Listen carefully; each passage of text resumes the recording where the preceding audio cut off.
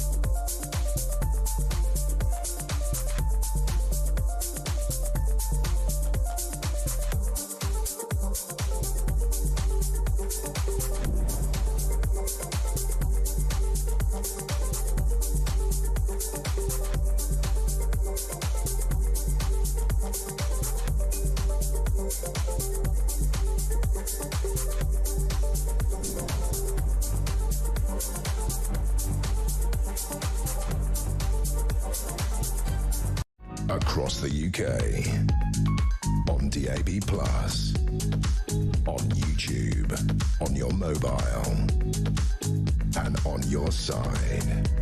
This is Talk.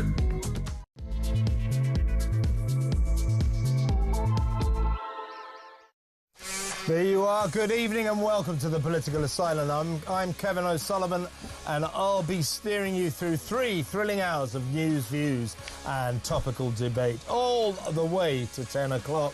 Don't forget to pick up the phone and call me on 0344 499 1000, or you can WhatsApp voice note me on the same number, and I promise to play your message out. I guarantee it. Can't say fairer than that. A busy start to the week. Here's what's coming up. As Starmer stumbles from one avoidable crisis to the next, are the more ambitious members of his incompetent cabinet sensing that he might not last too long? Do the wannabe leaders smell blood, especially Health Secretary Wes Streeting, whose unexpected political attack on Nigel Farage and reform over the weekend was seen as a blatant bid for the top job? Wes is on manoeuvres, and so is class warrior Education Secretary Bridget Phillipson, who is plotting to take power with the help of Labour's left wing. I think I'd rather have two-tier Keir than balmy Bridget, the sworn enemy of free speech, and that's saying something. What do you reckon? 0344 499 1000. If we get rid of Keir, I'm all for that, but we might end up with Rayner. We might end up with Bridget Phillipson. I might sort of vaguely accept Wes Streeting, although I think he's overrated. But we topple Keir. What do we end up with? Your thoughts. 0344 499 1000. The vultures are circling, though, waiting for the inevitable blackouts caused by crazy Ed Miliband's gormless green madness. When the lights go out, will two-tier be finished? Will he go out? 0344 499 1000. In other news, a new poll reveals that Brits are just wild about Donald. The new president's hardline policies tackling migration, wokery and ditching net zero have been given the wide-scale seal of approval on this side of the Atlantic. Don't you wish we had a tough leader like Trump? 0344 499 1000. Plus, how to solve international problems Trump style. He was on the sixth hole of a round of golf when he heard that the silly little socialist president of Colombia was blocking planes full of American deportees from landing. By the eighth hole, Colombia had completely caved in to Donald's demands. That's how to do it. Why don't our leaders act like this? Just put your chips down and make your demands and just make people go along with what you want. That's what Trump did. That's what Trump got. What Trump wants, Trump gets. Our leaders, not so much. They just fold every single time. Why is this? 0344 499 1000. Meanwhile, Home Secretary Yvette Calamity Cooper is still trying to blame the Southport murders on knife sales, online knife sales and social media companies. Don't you wish she'd stop with the deflection tactics, deal with reality and stop insulting our intelligence? 0344 499 1000. And back to Trump. What really went down in his alleged 45-minute phone chat with Starmer? We're hearing no mention of Kia's bizarre Chagos Islands deal. No mention of the tricky topic of who will be the British ambassador to Washington, but an agreement that the Prez will officially visit the UK real soon. Special relationship? What special relationship?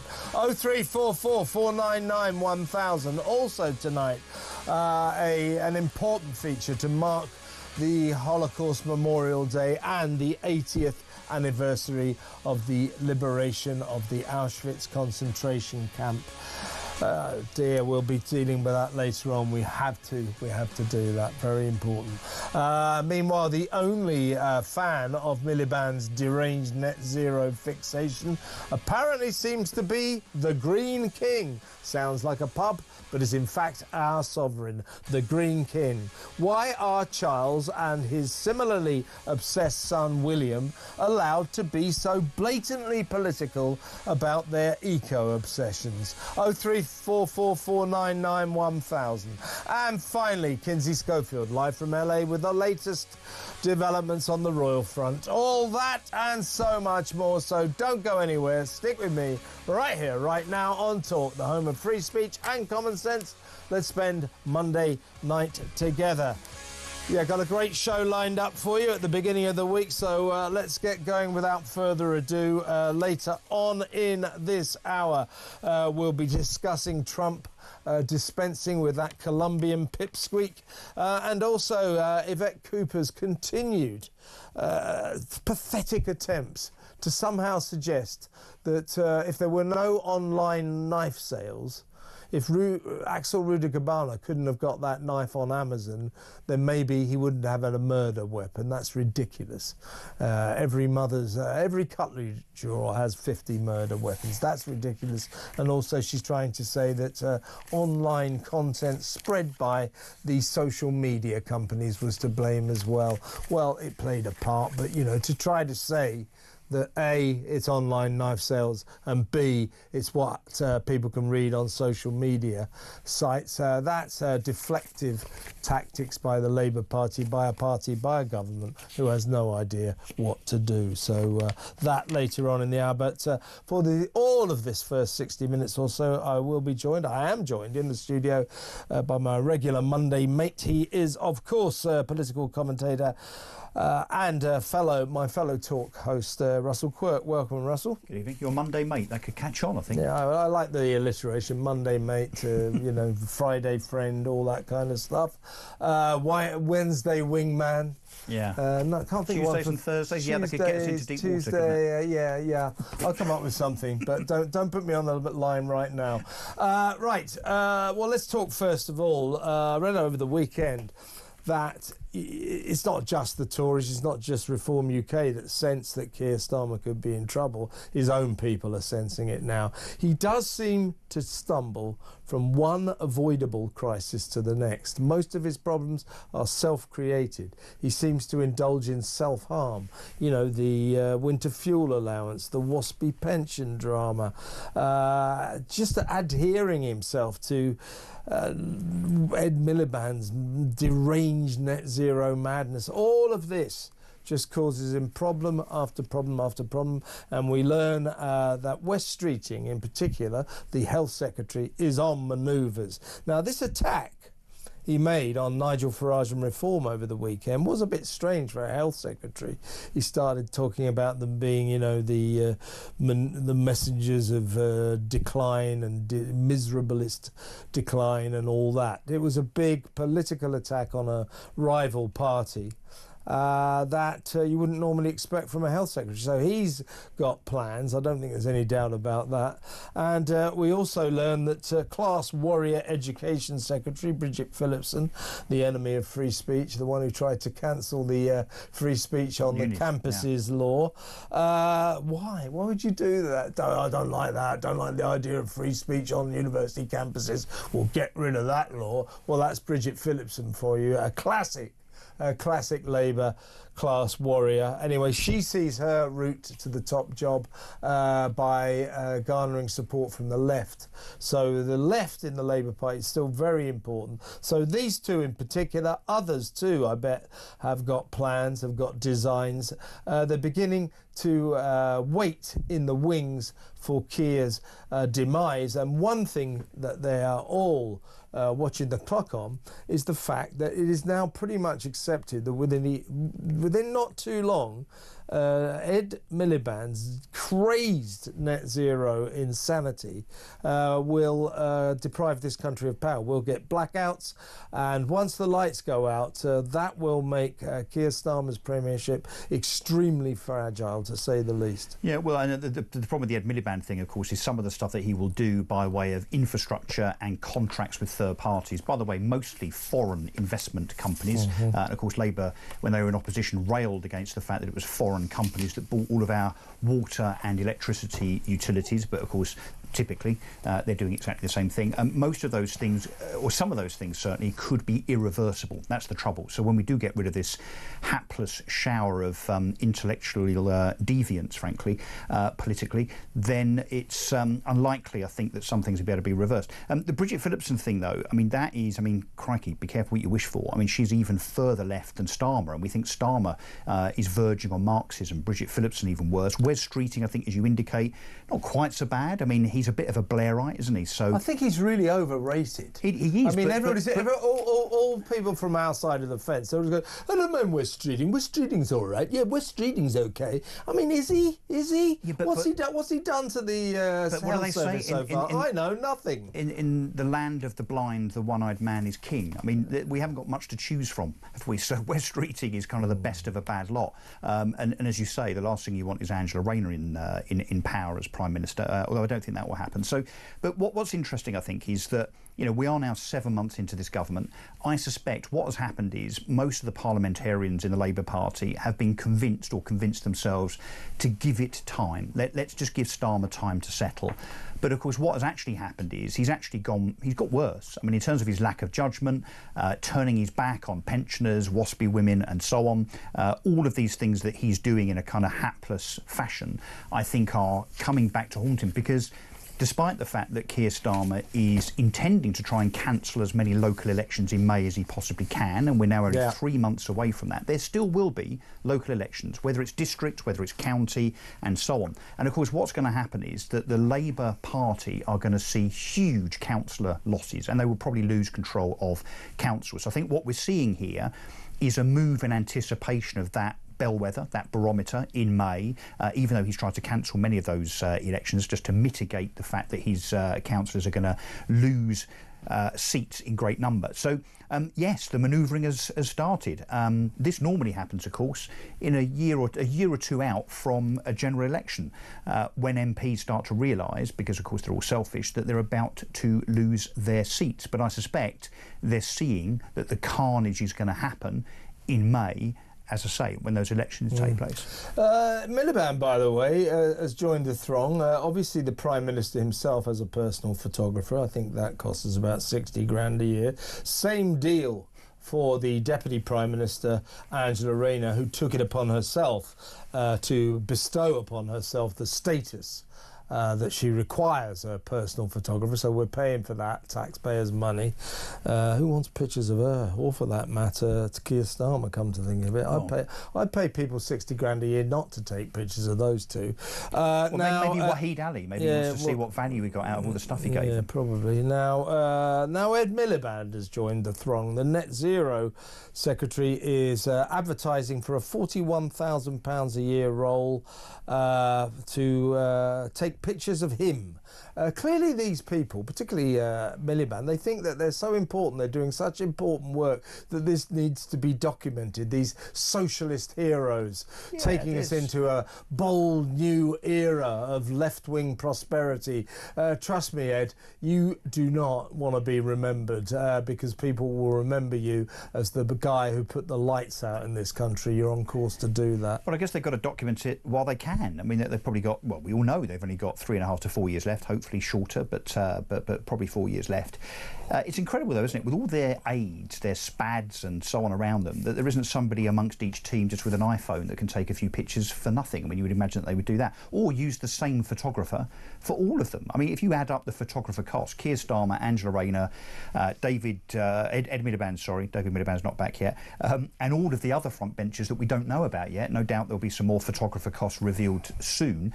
This is knocking on the door of hundreds of thousands of pounds just for a bit of posterity. Well, I estimate that for the Prime Minister, the Deputy Prime Minister, and now the Net Zero Secretary, that's around about, well, at least £150,000 a year of taxpayers' money just for a snapper to take little pictures. That's 5 nurses, by the way. By the way, let's pay tribute to their egos. I mean, who the hell do they think they are? A bunch of pipsqueaks. That's 5 nurses and what, 1 train driver? It's just unbelievable. By the way, just to get in touch with the profound level of hypocrisy here, this lot, they're such hypocrites. So in 2010, when David Cameron, now known hilariously as Lord Cameron of Chipping Norton. These people are stupid titles.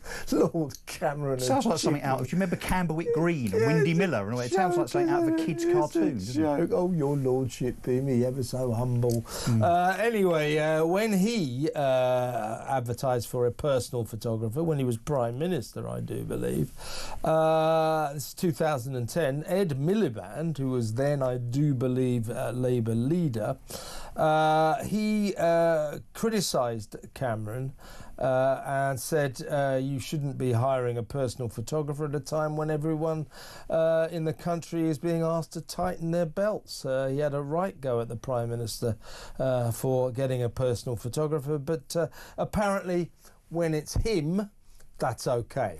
Well, and it extends further than just photographers, of course, doesn't it? Because we also know, although the mainstream media haven't really pushed it as much as they should have done, that when it comes to things like helicopters and planes, again, something that likes of Starmer, Rayner and Miliband criticised the previous government significantly for, well, this lot, now they're in government, are using exactly the same planes and exactly the same helicopters to go on dozens, if not hundreds, of trips on an annual basis. Utter hypocrisy. Yeah, and he's done hundreds of thousands of miles by plane since January. Total hypocrisy. You know, we're all supposed to save the planet, but it's okay for him to fly all over the world, ruining the environment in eco-damaging aeroplanes. So the hypocrisy, as I say, is off the scale. But I mean, he does worry about his image. This is what he said in 2014. He said, this is Ed, "I am not from central casting. You can find people who are more square-jawed." That's true. More chiselled, definitely. And then he said, "who look less like Wallace," as in Wallace like and everybody Gromit. else. Yeah. You could probably even find people who look better eating a bacon sandwich than me. Yeah, well, I don't think you'd find anyone who looks any worse. If you want the politician from central casting, it's just not me. It's the other guy. So there he is, being impressively uninterested in image making. It's politics. It's not about image. Now he's advertising for a photographer who probably will cost us, with London waiting and all that, he gets a communications allowance. It'll cost us the best part of 50,000. So, but you can't be self-deprecating and say, you know, I'm not bothered about image, and then hire a photographer. I know, but you also exactly. can't try and improve your image when you're the man that on TikTok and Instagram is still immortalised as the idiot with a ukulele singing in front of a wind turbine. I mean, if you're worried about your image, don't do things like that, Ed. Yeah, your image is very bad, Ed, and it will always stay like this, whether or not you've got a Well, it was never personal good. photographer. Was it? No, It's getting exactly. worse. So let me know what you think, folks. Should the Net Zero Secretary, the balmy, crazy, deranged, mad Net Zero Secretary, be wasting £50,000 a year of our money, taxpayers' money, on a personal photographer? For that matter, should Angela Rayner, the Deputy Prime Minister, be doing the same? I don't know. I suppose a Prime Minister needs some kind of documenter of their lives, but I might ask you the same question about Keir Starmer. Surely all three of them could have the same snapper. You know, you don't need that many photographers, do you? I mean, this is ridiculous. As I say, this is 150 grand's worth a year of taxpayers' money every year on 3 photographers to take pictures of those bozos. What do you think? 03444 999 1000. When we come back, guess what? Do you remember last time when Donald Trump became the president unexpectedly? And everybody in this country seemed to hate him. You know, Trump, he's evil, he's the devil, ooh, ooh, ooh. Well, guess what? This time, turns out they love him. A new poll has revealed that Brits are literally wild about Donald. They absolutely love his hardline policies. I mean, what's not to like? That next. Stay tuned.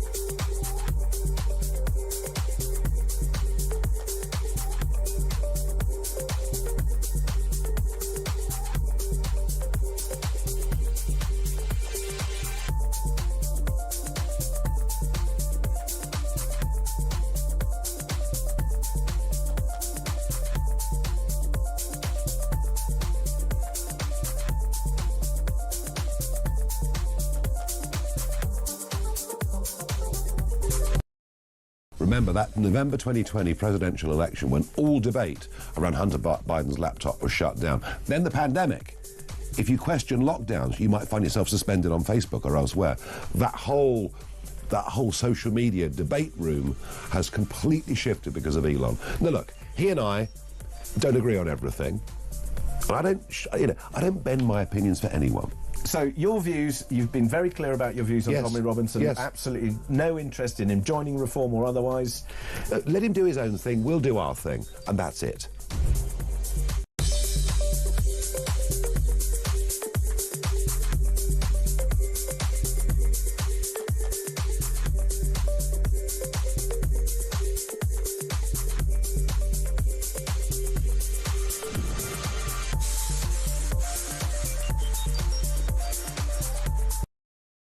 Across the UK, on DAB+, on YouTube, on your mobile, and on your side. This is Talk. Welcome back. I'm still with Russell Quirk, my fellow talk presenter and social and political commentator as well, of course. Let's talk about Trump. Do you remember, Russell, that when he got into power in 2016, it seemed like everybody in Britain absolutely hated him, particularly, of course, the bien-pensant, the great and the good, people like Sadiq Khan and all that. Well, they still do. But the people of this country, there's been a poll, you know, and after his whirlwind of activity in Washington, all those executive orders, I'll deport every migrant, I'll close the borders, no more 107 genders, just 2, net zero is over. All of that, law and order is back, and so on and so forth. There's been a poll here in this country, and the British people absolutely love his policies. This time, they can't get enough of old Donald. There's been a change of heart. We want Donald as a leader, don't we? Well, we do, and I guess that change of heart, I think, is for 2 reasons, Kev. First of all, I think the way that Donald Trump has conducted himself over the last few months in the run-up to the election and since is he's definitely more mature. I think he's just a more mature politician, more sensible. More experience. More experience. Palpably, you can feel he's a much better politician. Yeah, more confident, and he knows the ropes. But I think the other massive change, of course, is here. And that change is that, you know, 8 years ago, 9 years ago, we weren't in such a bad place, if you remember. So we had no need to have to turn to a, you know, almost a kind of patriarchal figure like a Trump or whoever to look to as a means of righting wrongs by way of reinstalling common sense, if you know what I mean. Now we look across the Atlantic and we see what he's done in literally, 3 weeks since inauguration, and nearly 200 executive orders. Almost all of them are reversing what Biden did. Most of them were woke fest type things that he's kind of unwound. But the other thing, of course, is what we want to see in a politician is exactly what Trump is doing, which is decisiveness. He is being decisive. He said in the run-up to the election, I'm going to do these things: border, inflation, immigration, crime, the people that he's put in place in terms of cabinet, and obviously some of those rather surprising people. And literally within the first 10 days, he did everything that he said he was going to do. He made the announcements, I mean, we've got to see them actually take but he's effect. doing it. He's sent the military to the border. He's turned off the app within 5 minutes that helped, you know, illegal immigrants as soon as they got here. He has been decisive. I mean, yes, some of them are announcements, but at least he's done it. You've got to be careful. I agree with you. I totally agree. Very impressive. You know, a whirlwind of activity, signing those executive orders and saying, no more pussyfooting about, I'm going to do these things. And that is very encouraging. You know, I heard some Labour apparatchik this morning on, I think it was Julia Hartley-Brewer's show, just sort of saying about our migrant crisis, when she said, well, why don't we just do what Trump's done and start deporting people and turn the boats around? Why don't we just start doing that? Oh, what, you know, that's not practical. It's very complex. Well, somebody like Trump has come in and say, it's not complex. And it can be practical. These politicians tend to make their own problems. Because they don't want to make tough decisions. And they don't want to actually confront the reality of what's going on. As you say, they're scared to make the tough decisions in case it all goes wrong. So, yeah, I mean, it turns out that Brits love the idea of closing down our borders. They love the idea of deporting every single illegal migrant that we've got. Having two genders. Right away. They love the idea that there's blokes and there's women, guys, men and women, and nothing else. You know, this thing about, oh no, gender means different to sex. No, it doesn't. No. The meaning of gender has been given a new meaning. Gender used to be, you know, sex, of course. The word sex has got two definitions. One, of course, is sex, you know, that thing that some people like having now and again, and I've heard tell. And the other thing is, of course, that it represents whether the biology of whether or not you're male or female. What sex are you? Your chromosomes. Okay. So in the past, that used to be the same meaning for gender. What gender are you? That was a question that meant, are you a man or are you a woman? Are you male or are you female? Now all the wokeries, the wokerati, no, genders have got a very different meaning. Gender is what you want to be. There are 107 genders. There are 123 genders. No, there aren't. There are two. Let's restore gender to what it's supposed to mean. Yeah, gender is simply biology. It's XX chromosomes or XY. It's as simple as that. It's female or male in that order. Yeah. It is not personality. It is not character. It is not how you decide on a Monday morning to identify, whether it's a man wanting to identify as a woman or vice versa, or indeed as a penguin or a hamster. It's pretty much the same thing. It is not that. But yes, as you say, the lines have got rather blurred. So yeah, look, Trump being decisive, you know, he has made a lot of decisions that he has already enacted by way of what we're talking about, really, the gender definition. I understand today, I think he's issued another load of orders, including him banning transgender people from the military. That's happened. He's done that today. Yeah. So there's that. Also, if you've got one of these passports that's been altered or Well, like the police force in Britain, where you can have 17 warrant cards with different genders. If you're a biological bloke, but you've decided to identify as a woman, you're American, and that's been incorporated into your passport. Trump won't let you back into the country if you leave. He says you've got to have a passport saying your proper biology. So all of that claptrap is going down the drain, and British voters. A bad headline, by the way, in the Daily Telegraph of all papers, a newspaper I usually approve of. It says British voters actually back Trump's policy. Here's the proof. Well, what do you mean actually? Why is it the actually as if it's surprising that they back these policies? Yeah. So Donald Trump is all the rage here in Britain. Do you back his policies? Let me know. 03444991000. Wouldn't you like to have a leader who got things done? That's what they don't like doing anything, politicians. It's very complicated. Wouldn't be practical to do this. It's too complex just to solve this problem with one stroke of a pen. Mainly it isn't. And Trump is kind of proving that. Having said that, though, as I said, Russell, we've got to, you know, I approve of his whirlwind of activity, but so far we're still in the announcement phase. So let me ask you a question. How's he going to get rid of, shall we say, 8-9 million illegal immigrants who aren't in prison? Because the ones he's deporting so far. Well, he's rounding a lot up. Let me ask you a question. In prison. Who is our Trump? Huh? Who is our Trump? Well, I think it could be Nigel Farage. Rupert Lowe? Well, I don't want to cause division between Rupert and Nigel. No, I think it won't be Rupert Lowe. Nigel Farage will keep hold of the leadership of the Reform UK party.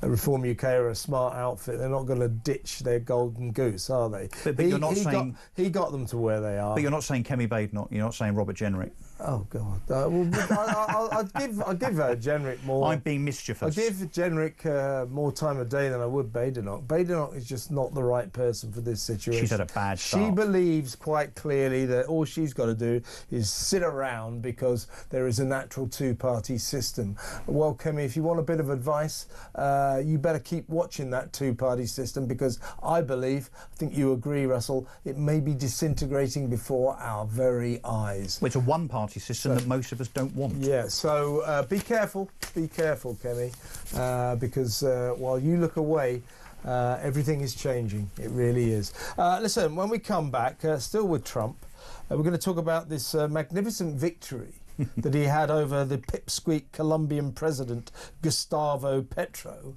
who wanted to signal his virtue and polish his halo and show all his fellow socialists around the world how he was going to stand up to the orange man. I'm not going to take any of his nonsense. He did take all of Donald's nonsense in the end. I say in the end. Do you know how long it took Donald to sort it out? This rebellion, if you like, by Colombia. When he found out about it, he was on the 8th hole of a round of golf. The entire situation was solved. Colombia had completely caved in by the time Donald reached the 8th tee. That's how to do it, isn't it? 0344 499 1000. We'll talk about that next. Stay tuned.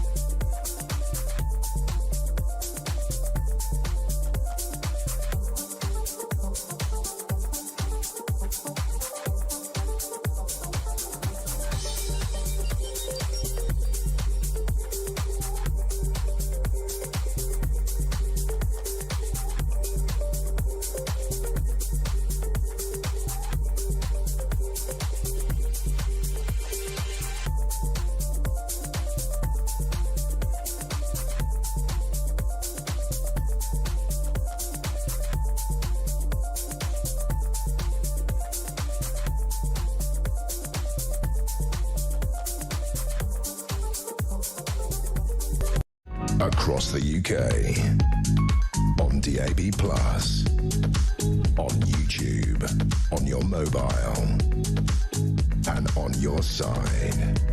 This is Talk. Welcome back. Now, I'm still with Donald Trump. I'm not with Donald Trump. I'm with Russell Quirk. Wow. I wish I was I'm with flattered. Donald. No offence, thanks. Russell, but I wish I was with Donald Trump because I won't be offended. he's a straight shooter, as the president of Colombia found out. Now, as you saw, we've seen lots of pictures of various handcuffed deportees, various criminals, crooks, rapists, murderers being deported from America to their home country. Lots of countries, Mexico, the South American countries, Guatemala. Now, 2 planes over the weekend took off for Colombia. And the Colombian president, when they arrived, said that they can't land here because these were military planes and this was not dignified enough for his citizens. He said they're not criminals. Well, yeah, they are actually. They are criminals. They absolutely are criminals. And he said they're not landing. What a ridiculous thing to have a row about, by the way, the type of plane they were. It's political transported posturing, in. isn't it? So Trump found out about this, as I said, on the 6th hole of a round of golf yesterday. In Miami. He said, he said, do you tell that guy Gustavo Petro, said, "I'm now slapping 25% tariffs on all Colombian goods, all Colombian trading with America," and he's going to do exactly what I tell him. He is going to take our migrants, or in a week's time that will double to 50%. Within about half an hour, the impressive Gustavo Petro completely caved in, offered his own presidential plane to pick up Colombian migrants from now on, but who cares what plane they get picked up in, to be honest with you, and completely accepted everything that Donald Trump said. That's how to do it, isn't it? It is, and Trump is obviously, particularly in the wake of that success, going to use that particular play more and more and more. He'll use it with the Canadians, I suspect. He'll use it in many, many respects. Whether it's also, I mean, he's already threatened, hasn't he, to pull out of NATO if European countries don't pay their way in terms of their 5% of GDP. So I suspect he will just do that, because there's certainly no sign of us doing that here. I think yesterday I heard that Keir Starmer had said that we won't even get to 2.5% before 2032. So Trump is definitely going to use tariffs and also expelling diplomats, closing down embassies, and all sorts of tactics to get his own way. I mean, isn't it refreshing that we've now got a decisive and bold leader, albeit it's not one of ours here, unfortunately? Yeah, he just does things his own way. Now, this is a thing. This bloke, this guy, he's a socialist who's plunged his country into unprecedented poverty. The poverty rates in Colombia are off the scale. I'm going to look it up in a minute, but something like a fair percentage of the country exists on just over $2 per day. That's how much they have to struggle by on. There's a lot of poverty caused by this guy. And of course, as socialists always do, they always cause great poverty because their economics are balmy. Anyway, this guy, while Donald Trump's knocking him all over the golf course, 45 minutes it took Donald Trump to get this guy Petro to come into line, but he still goes out like a juvenile child going, "I don't like your..." He posts this on Twitter, on social media. "I don't like your oil, Trump. You are going to end the human species with greed." This is the kind of virtue signalling claptrap that poor poverty-stricken Colombians need like a hole in the head. I am sick to death of these people who polish their halos from their lovely offices and their lovely domiciles where they live as the leader of countries, while their people starve to death, while they make virtue signalling noises about how much they don't like Donald Trump, so that all their left-wing mates go, "Oh, isn't he great, old Gustavo?" Gustavo was utterly humiliated, and perhaps, Russell, this will give him the shot in the arm he needs to start thinking about his people and not about his image as a virtue signalling left-winger. It's a bit odd, isn't it, for the president of Colombia, the cocaine capital of the world, to be talking and criticising greed. Now, I'm not suggesting that Gustavo Petro benefits from that particular trade, but his country is completely and utterly out of control when it comes to the production and the trafficking of said goods. Yes, you would think he would do something about that before he starts criticising oil. I think drugs tend to kill people a little bit quicker than a tank full of 4-star, don't you think? Yeah, I know. It's just, the way these lefties want to grandstand to each other. "Oh, look at me standing up to Donald Trump." Donald Trump is a leader who's trying to make things easy for his people. He's trying to ease the cost of living, that hence getting rid of net zero. This guy, Gustavo Petro, it strikes me, he's one of those lefties who only cares about his own image, like Sadiq Khan. Constantly, "Oh, fascism, the rise of fascism." Never mind about that. What about the rise of people getting stabbed to death in your city, Khan? So he's one of these, isn't he, this guy Petro? He is, and of course there's lots of them, but the good thing is, Kev, they're diminishing. So even in South America, of course, you have, is it Javier Milei, who is the rather fantastic, the wonderful centre-right president of Argentina, who has done, actually, as a precursor to Trump, all that Trump is now doing, but he's already done it. He's cut out multiple government departments. He has cut cost, cut waste, and now he is seeing GDP growth, so the size of the Argentinian economy growing. I think it's almost growing at the fastest rate of just about any other country in the world. I think 8%, as a consequence of those centre-right policies that Trump is now going to deploy. And again, just as an aide-memoire, the opposite of the economic policies that we here are deploying under hapless Rachel from accounts. Yeah, 33% of the Colombian population live in official poverty. A great percentage of them struggle by, as I say, on just over $2 a day. And crime through the roof, massive murder rate. We don't want your oil, Trump. We don't want your oil. Well, maybe you should take it. Help your people out. We're sick to death of all of this. By the way, sort of still on it's got sort of leaping into a different area here. But did you see this story? Again, virtue signal. I'm sick of it. I'm sick of it. Everyone is sick of this nonsense. That police officers in Bedfordshire, Hertfordshire and Cambridgeshire have been told not to use terms like black sheep, blacklisted, in case they offend people. Also describing, this force describes gender as a social construct relating to behaviour and attitudes. There is a wider range of gender identities than just male and female. Not in America, there isn't. There isn't, is there? So what is this? What the hell is this? Is the police? There is a wider range of gender identities than just male and female. How do you know? You're coppers. You're rozzers. You're not scientists. You're not doctors. So every police authority has a police and crime commissioner at the helm, someone that's actually elected to make sure that they keep the chief constable in check, sign off the budget, and generally kind of make sure that policy and strategy and all that is going in the right direction. I don't know who the police and crime commissioner is for Bedfordshire Police and Hertfordshire and Cambridgeshire constabularies, but I suggest, and I don't know what their political flavour is, but I would suggest that either they leave and resign immediately, or indeed they, at least, if they don't know that this is happening, this is an operational thing, that they fire the chief constable of that authority. This is not only insulting, it's meaningless, and again, it's taking resource, it's costing money, no doubt, to put this nonsense together. How can you say gender is a social construct? As we've just rehearsed, it is biology. It is as simple as that. But what is their expertise? They're coppers. They're rozzers.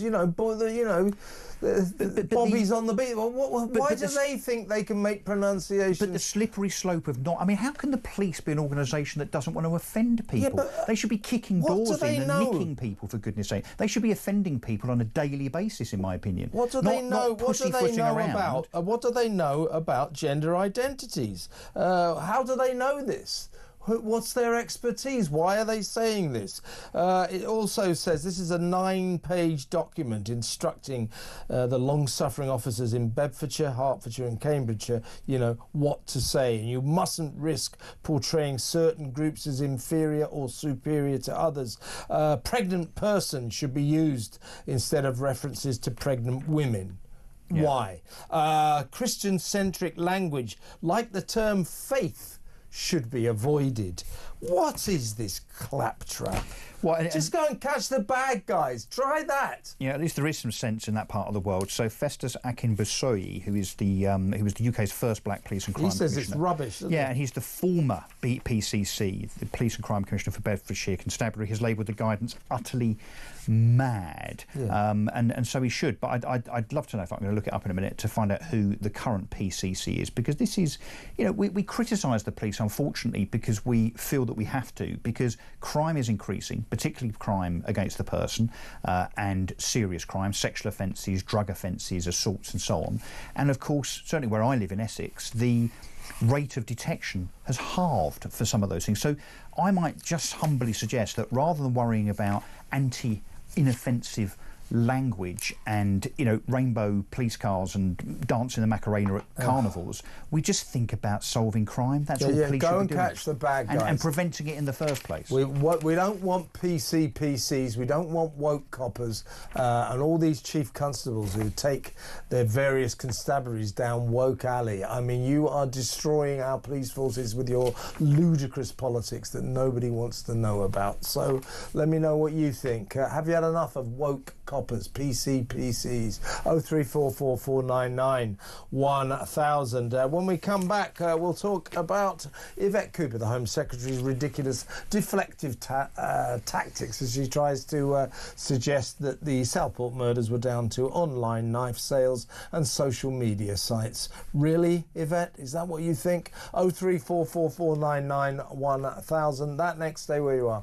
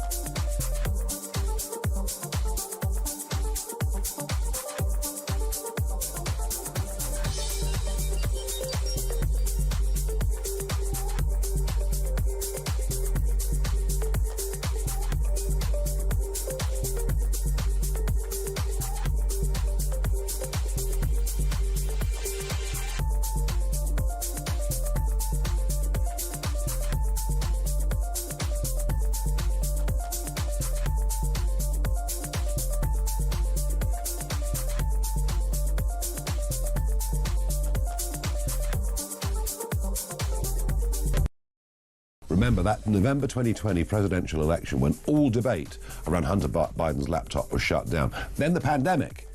If you question lockdowns, you might find yourself suspended on Facebook or elsewhere. That whole social media debate room has completely shifted because of Elon. Now look, he and I don't agree on everything. I don't bend my opinions for anyone. So your views, you've been very clear about your views on Yes. Tommy Robinson. Yes. Absolutely no interest in him joining Reform or otherwise. Let him do his own thing, we'll do our thing, and that's it.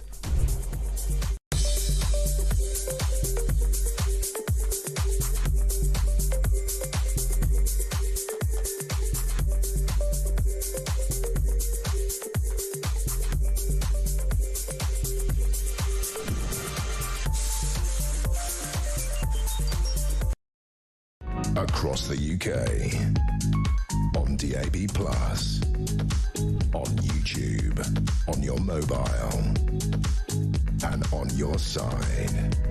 This is Talk. Welcome back. Now, I think the nation is still kind of reeling about the events of last week when we found out some of the horrific details of what happened in that dance hall, in that Taylor Swift dance class last summer, when Rudy Gabama went in there and stabbed 3 little girls to death, tried to kill 8 more and tried to kill 2 adults as well. Also was found in possession of an Al-Qaeda manual and ricin poison, enough to kill thousands of people. We as a nation, for some reason, are busy trying to say he was not a terrorist. He's got an Al-Qaeda manual and a load of ricin poisons. But because we can't find a particular ideology, you know, I don't know, Islam or something like that, to attach this guy to, we say he's not a terrorist. Al-Qaeda manual, written by an Islamic extremist. A load of ricin poison. You know that phrase? If it looks like a duck and quacks like a duck, it probably is a duck. Rudy Gabana's a terrorist. Why can't we call him a terrorist? Oh, well, you see, the legal definition is sod the legal definition. He's got ricin poison and an Al-Qaeda manual.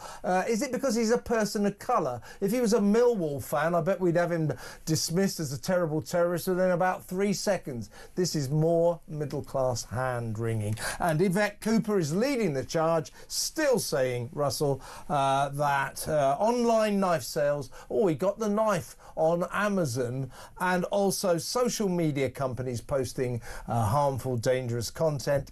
They're the cause of the murders in Southport. What a load of deflective crap. So at the weekend, I went to Amazon, I went onto their website via my app, and I started to search for zombie knife. It auto-filled zombie knife for me. It's popular, but it then displayed an array of zombie knives. Now, I didn't buy one, and it also didn't make me want to go out and stab anyone. So the thought that because something is available, you know, like acid or like guns or bricks or any other weapon, the fact those things are available anywhere, either in a shop or online, the thought that if you prevent those things from being sold, it will stop psychotic lunatics, monsters, evil people like the Southport killer, is for the birds. And the fact that we've got a Home Secretary that doesn't understand that also thinks that by censoring, and this is what we're coming to... I think she understands it. This is a deflective this is, but she knows. But she's advancing... She knows every cutlery drawer's got 50 murder she's weapons advancing the fact that also now, wait for this to happen, that if we censor the internet, if we censor social media, so that the Labour Party, because they're Marxists at the moment, our Labour Party, our party in government,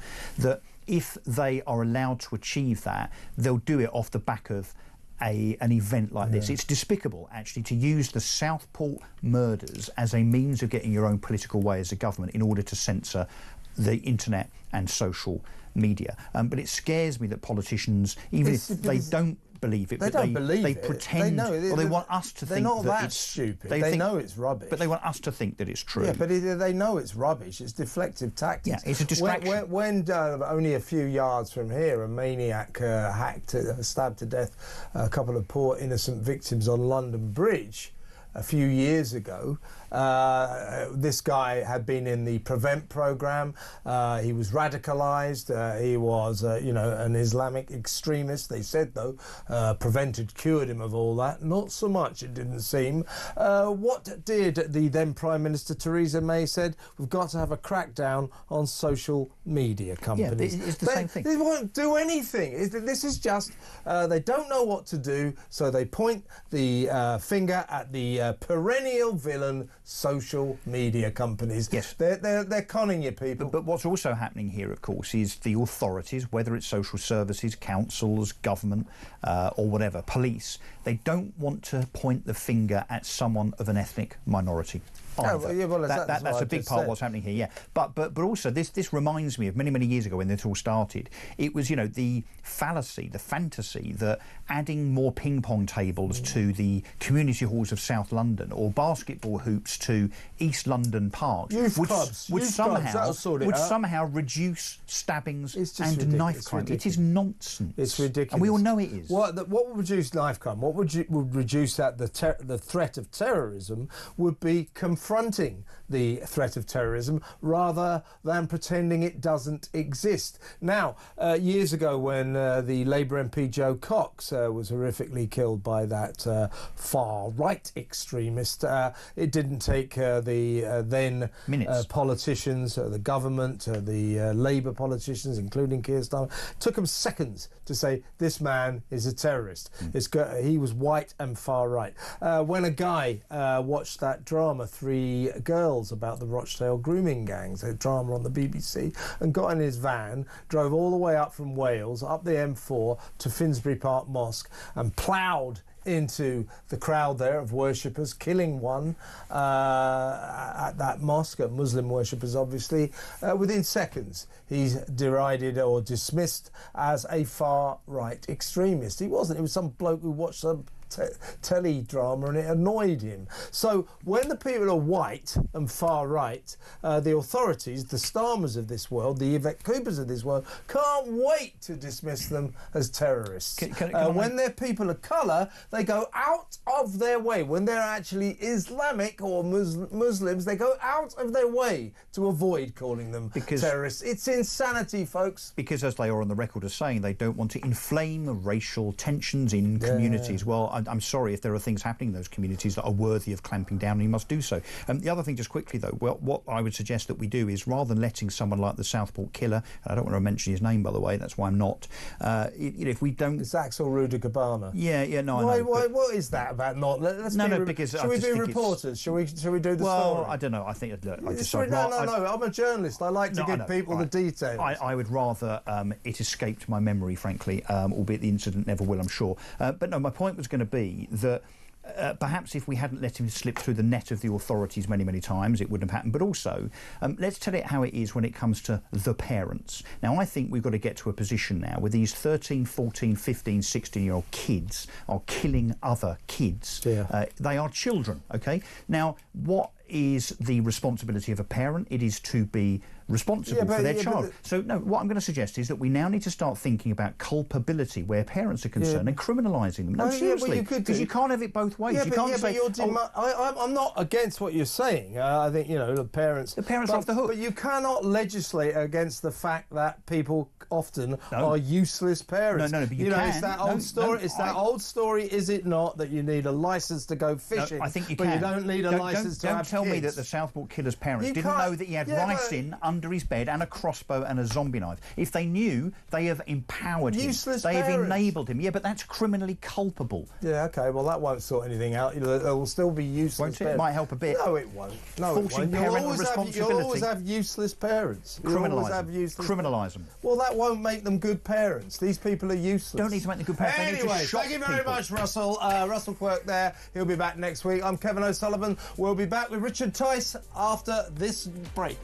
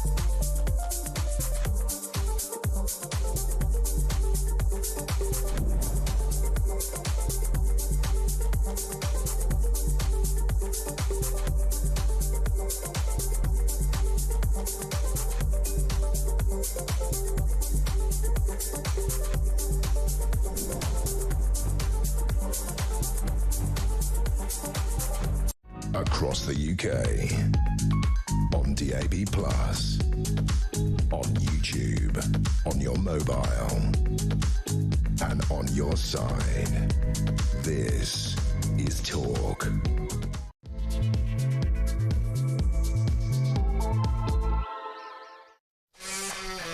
Welcome back. This is the second hour of tonight's Political Asylum.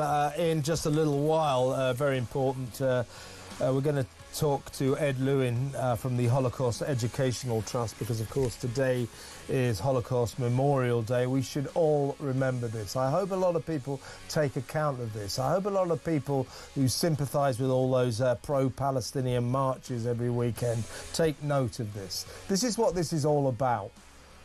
This is what this is all about. Anti-Semitism caused the Holocaust, and we don't want to see it rising again all over the world, particularly in Britain, because it is rising again. It is also the 80th anniversary of the liberation of that hellhole concentration camp, Auschwitz. So in a little while, we will be quite rightly remembering the people who died, the millions, the 6 million who were killed, put to death by the Nazis just because they were Jewish. We'll be remembering them in half an hour. 03444991000. We'll all go back. We'll also go back to old crazy Ed Miliband's net zero zealotry. Not many people support it, but guess who does? Sounds like a pub. It's the Green King. Charles thinks it's all great. Why is the sovereign, and indeed his son, William, why are they allowed to be so political about their eco-zealotry? Why? They're not allowed to talk about other aspects of politics. Why are they allowed to talk about greenery? What do you think? 03444991000. But first, let's deal. Well, I want to talk about the migrant crisis, and a particularly egregious example of someone we weren't able to deport, and also other matters in the excellent company of Reform UK Deputy Leader Richard Tice. Welcome, Richard. Thanks for joining me. Good evening, Kevin. Well, first of all, can I just ask you something before we get on to the business of the day? I had your excellent chairman, Zia Youssef, on my show on Friday night. And he's a good politician, old Zia. He danced around the issue a bit. But after Rupert Lowe, and I think you expressed similar sentiments as well, said that perhaps in the cases like Axel Rudakabana, the state should have the option of the death penalty. Rupert Lowe said that he thought that, and I tend to agree with him. And I think you indicated that you might have some sympathy with that. I mean, will at least the debate on the return of the death penalty become part of official Reform UK policy? Well, actually, to be honest, Kevin, I've always said that this is one of those issues of personal conscience, a bit like assisted dying, a bit like abortion reform, where actually parties should say, sometimes these things, you're never going to come together, and nor should you. And so I've always said, look, it's a matter of personal conscience. And I think there is a real clamour, though, I'm sensing from people to say, well, is this the time for a national debate about, and then referendum, about whether or not the death penalty in certain of the most egregious, horrific scenarios, such as child murderers, should be considered. And but I've never expressed a view for the death penalty. Instinctively, I'm always nervous of the risk of mistakes, and that's been a thing. But equally, you get scenarios like we've just seen with this monster, where you say, well, there's no mistake, and it's just it's probably the most appalling thing any of us can recall. So, but it's not a party policy issue, frankly. I think, unless I've missed something, I think what Rupert said is we should have a national debate about it. Yeah, that's what I meant. Yeah. And that's very different to saying, this is my specific view, or this should be the party view. Yeah, I want to move. Yeah, absolutely. I want to move on about that. I want to move on in just a second. But my personal view is, first of all, I've always been a bit concerned. It's that it has been said for many a long years, if we had a referendum of the British people about the death penalty, they would vote fairly substantially for a return of executions if necessary. So I don't like the idea of the great and the good, the Westminster bubble gang, sort of believing it or somehow concluding it's their job to keep the people away from their baser instincts. So I do believe we need a proper debate about this, and I don't think most British people are sort of saying, right, let's string them up every time somebody comes along who's done something bad. I don't think it would be a bad thing if the state had it in its armoury in exceptional circumstances to be able to take a life for a life. That's my view anyway. But thanks for coming clean on all of that, Richard. Let's talk about the migrant crisis. And we've had another one of these egregious examples of the European Court of Human Rights getting involved and allowing someone to stay who should not be here. This is a 48-year-old Jamaican who has been jailed numerous times. He's violent, he's a drug dealer, he has been convicted of dealing crack and heroin, and was once convicted of attacking his partner in front of his kids. He's known as GH. For some reason, our courts have granted him anonymity. I'd like to know why, but we have. And it has been decided by an eminent judge that because one of his daughters might be trans, that he can stay because his daughter is experiencing gender identity issues and has only so far been able to discuss that or them with her father. So a judge has said, well, in that case, this guy who's a drug dealer, a violent attacker of his partner, deals heroin and crack, can stay in the country courtesy of the ECHR. This madness has got to stop, hasn't it? Oh, completely. And you have to ask yourself, who are these judges? What sort of decisions are they making? Why are they judges if they are so incompetent, so utterly out of step with basic common sense? This is a convicted foreign criminal who should have been deported at the first time, let alone however many times he's been in jail. And the idea that judges think it's appropriate to rely on the rulings of another foreign court, and then this sort of transgender child who says, oh, the lawyer says, on behalf of the father, who says that the child apparently can only discuss this with the father. I'm smelling a lot of BS here. I'm smelling a clever legal firm finding a tiny little narrow chink from which they can ply their revolting trade of allowing violent, criminal, foreign offenders to stay on these shores. And I have to say, I'm raging about this one. I think tens of millions of British people will be raging about this one. You sort of wonder, I mean, these judges, frankly, if this is the rulings they're going to pass, they are not fit for purpose. Yeah, that's our big problem. It's these judges who are making these decisions. Towards the end of last year, I specifically covered, I know talkTV, other presenters did as well, 2 cases of convicted paedophiles who happen to have families, but both of them have been in jail, done a couple of years in jail. They came out and both of them were, these are convicted child abusers, child sexual abusers. They were both allowed to stay by the European Court of Human Rights because of their right to a family life. In other words, to deport them to their home countries would be unfair to their children. It's incredibly simple. You look, right, with rights comes responsibilities. And if you are a convicted criminal the first time, then you're in breach of those responsibilities, and therefore you have forfeited those relevant rights. It's incredibly straightforward, and we should have the courage and the guts to run our country and govern this country on that basis. And, you know, the idea that he was concerned about his children becoming withdrawn, well, of course the children have become withdrawn because their father was beating up his partner or wife in front of them. You know, tragically, domestic abuse is a serious thing which happens way too often, and you know this won't be the only isolated case. But I'm sorry. Well, actually, I'm not sorry. It's very simple.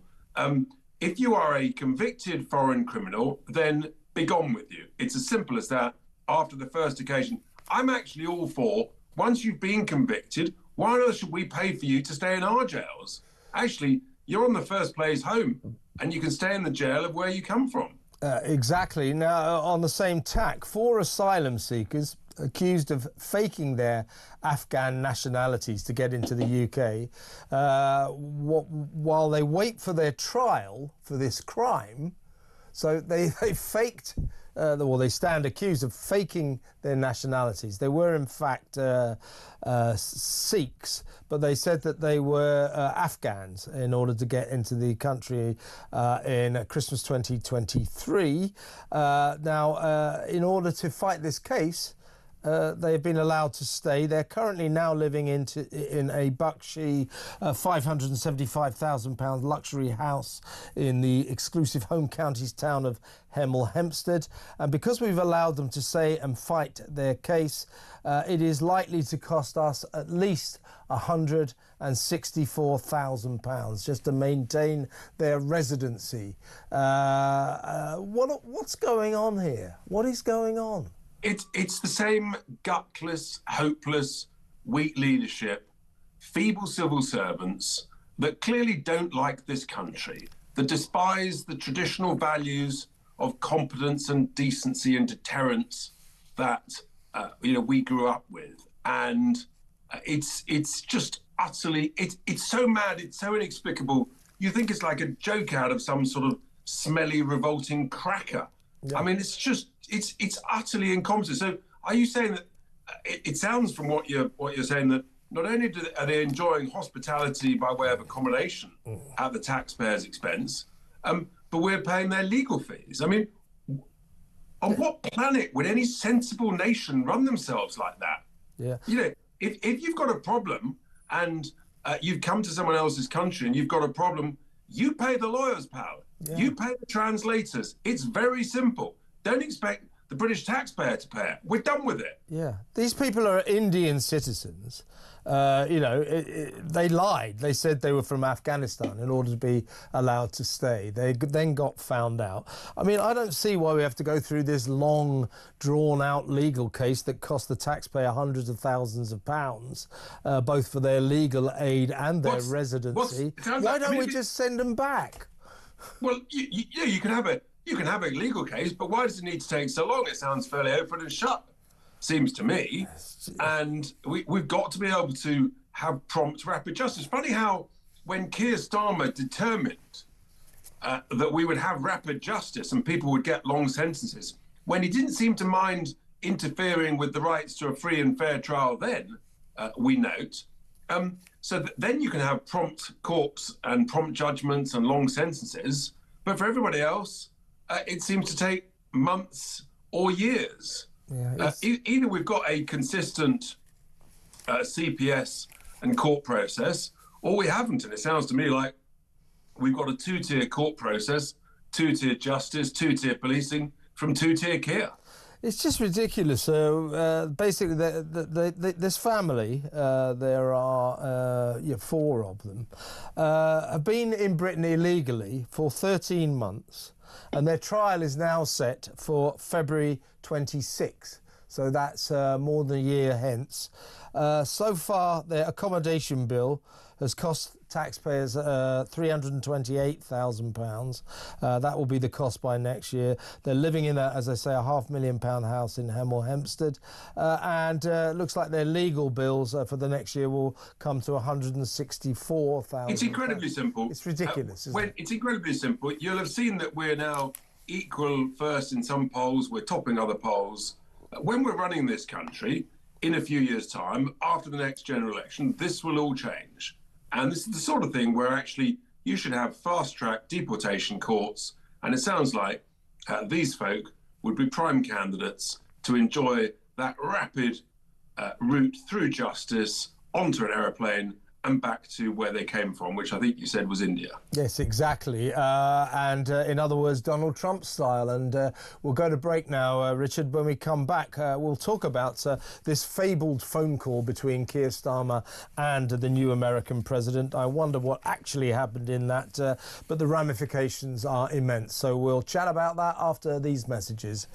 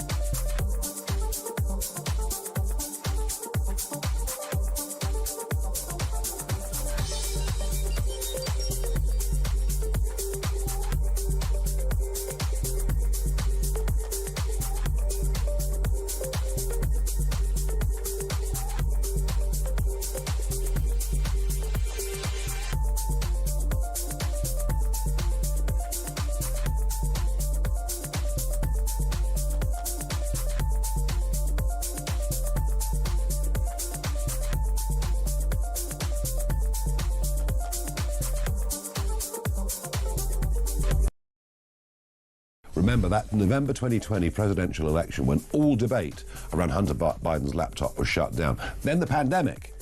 If you question lockdowns, you might find yourself suspended on Facebook or elsewhere. That whole social media debate room has completely shifted because of Elon. Now look, he and I don't agree on everything. And I don't bend my opinions for anyone. So your views, you've been very clear about your views on Yes. Tommy Robinson. Yes. Absolutely no interest in him joining Reform or otherwise. Let him do his own thing, we'll do our thing, and that's it.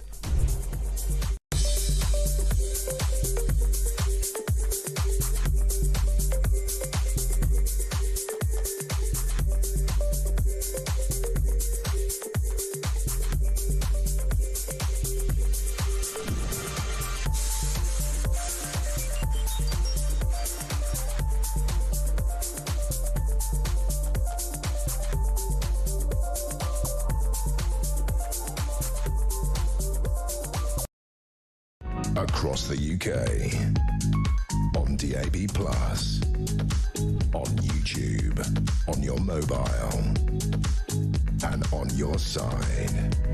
This is Talk. Welcome back. I'm still talking to Reform UK's Deputy Leader, Richard Tice. Richard, much is being made today of this phone call that apparently happened yesterday with Keir Starmer and Donald Trump. It's always the first European country that he called and all that. Well, in the past, the American president on day one always called the British Prime Minister. So, A, it's taken 6 days. And B, I'm not sure that I trust the fact there will be much of a special relationship between socialist Starmer and his cabinet, most of whom have called Donald Trump terrible names, Nazi, white supremacist, etc. I'm not sure with them in power there will be much of a special relationship. But what we have heard is apparently in this alleged 45-minute phone call, very friendly, preceded by Donald Trump apparently saying Keir's doing a great job. I don't know where he got that from, but I'm sure that was just diplomacy at work. But apparently they didn't mention the tricky topic of the British ambassador to Washington. Trump does not like the idea of the Prince of Darkness, Lord Peter Mandelson, doing it, nor does he like the idea of the nominated second choice, David Miliband. He doesn't like either of them, so that's a tricky topic, apparently not mentioned. And also, they didn't talk about his bizarre bid, Keir Starmer's bizarre bid to give the Chagos Islands, the strategic Chagos Islands, to Mauritius, China's friend. So neither of these topics come up. Now, the first stumbling point, I think, tell me what you think, will be, I think they've given Trump the right of veto over the Chagos deal. He's going to veto it, isn't he? Well, firstly, just imagine how it must have felt being Keir Starmer, remembering that just under 6 years ago, he put out a tweet on the 1st of June 2019, which said, an endorsement from Donald Trump. Let's remember, he was then President Trump. Starmer, who was in the shadow cabinet, said, an endorsement from Donald Trump tells you everything you need to know what is wrong with Boris Johnson's politics and why he isn't fit to be Prime Minister. This was just before Boris was elected to be the Tory leader and Prime Minister. So it must have been pretty weird for Keir Starmer. And I suspect that President Trump must have been, he must have wanted to sort of just remind him of it. But look, it's their first call. I think the key point you mentioned is 6 days is quite a long time. If it's true that the president had phoned Saudi Arabia and the leaders of Jordan, I think that sort of tells us where he thinks the Labour government is in his list of priorities.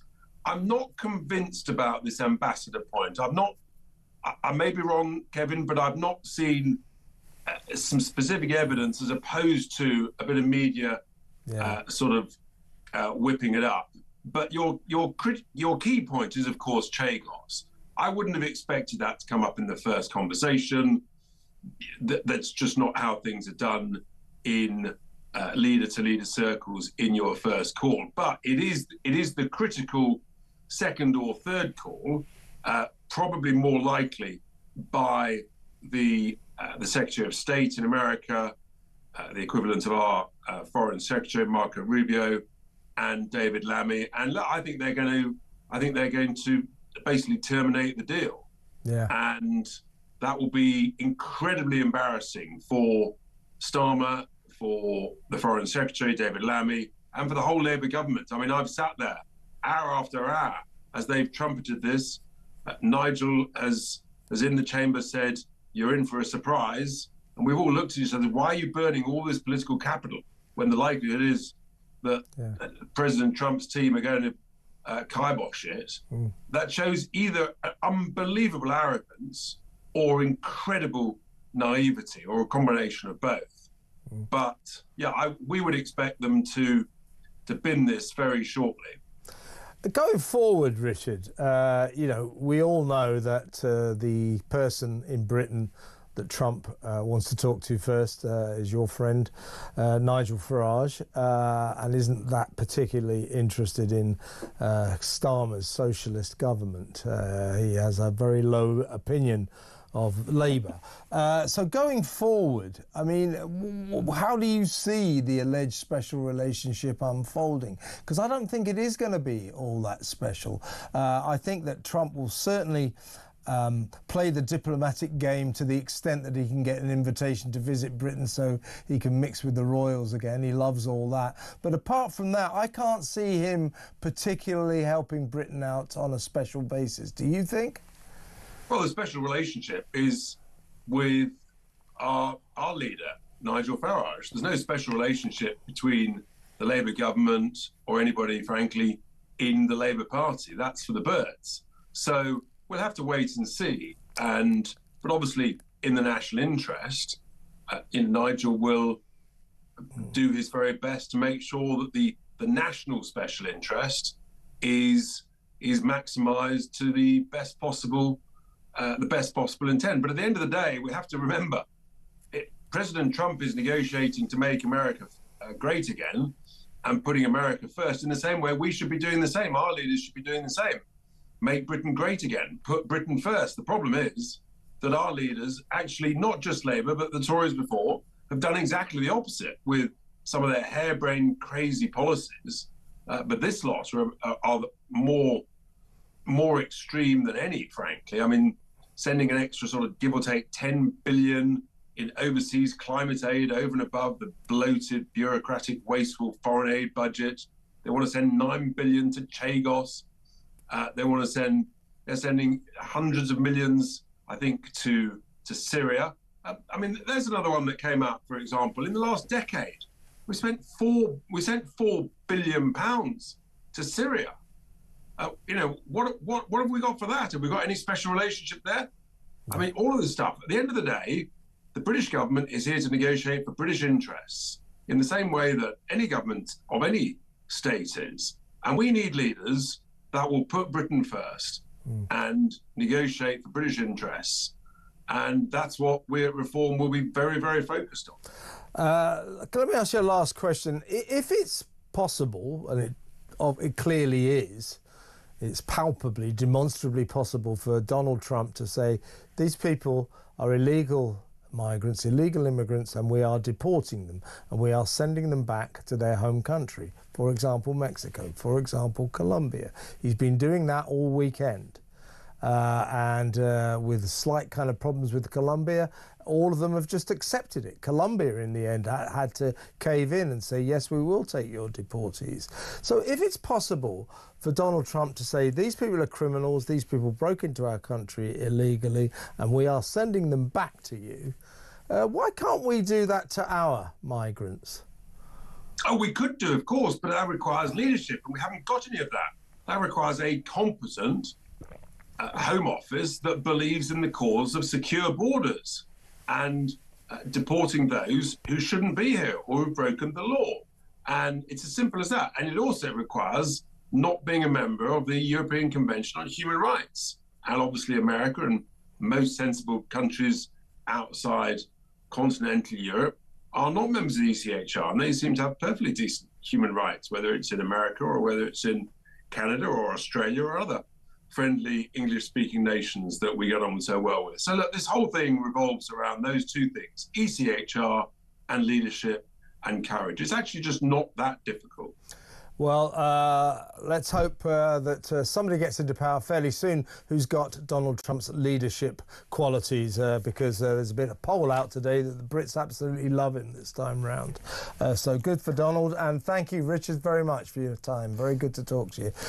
Richard Tice there, Deputy Leader of the Reform UK Party. Yeah, I mean, what he was saying. Why don't we do what Donald Trump's done? All Donald Trump has done is taken a load of crooks, a load of people, you know, many of them in prison, and just said they broke into our country illegally, they've broken our laws, we're sending them back to their home country. Not a single one. Even the leader of Colombia, who tried to stop it, said, in the end, I don't suppose I can stop these people from being sent back. So why can't we do it? Why don't we do it? 03444991000. We're going to go to break now, and when we come back, we're going to mark the fact that it's Holocaust Memorial Day and also the 80th anniversary of the liberation of that hellhole Auschwitz. So that next. Stay tuned.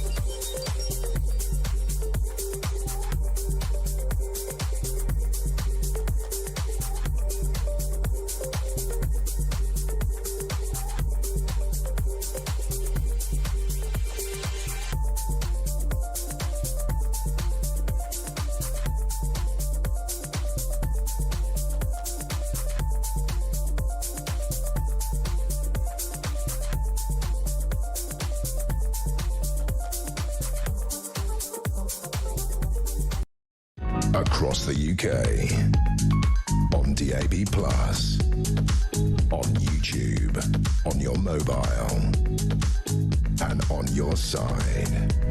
This is Talk. Welcome back. Imagine this, happy families living happy lives as they do, and then along come the Nazis, and they break up these families. They arrest these people purely because they're Jewish, and then they put them into hellish concentration camps, and then they exterminate them. The most extraordinary act of horror in the history of the world, literally the worst crime that this planet has ever known. 6 million Jewish people killed like that by the Nazis. I'm haunted by quotes like this. This is from a little kid who's still alive now. They're all the only survivors of the concentration camps are now very old. They're in their 90s, sometimes 100, so very few of them left. But here's a quote. This is what sort of haunts you. I waved at my mother and she waved back. That was the last time we saw her. I mean, so many stories like that. So to remember this, and to remember the fact that it's, apart from it being Holocaust Memorial Day, it is also the actual 80th anniversary today of the liberation of Auschwitz, where 6 million people, 6 million Jews were killed in the Holocaust by the Nazis. 1.1 million of them perished, were exterminated in that hellhole Auschwitz. So we need to talk about this. Let's go over to, from the Holocaust Educational Trust, Ed Lewin. Welcome to the show, Ed. Thanks for having me on, Kevin.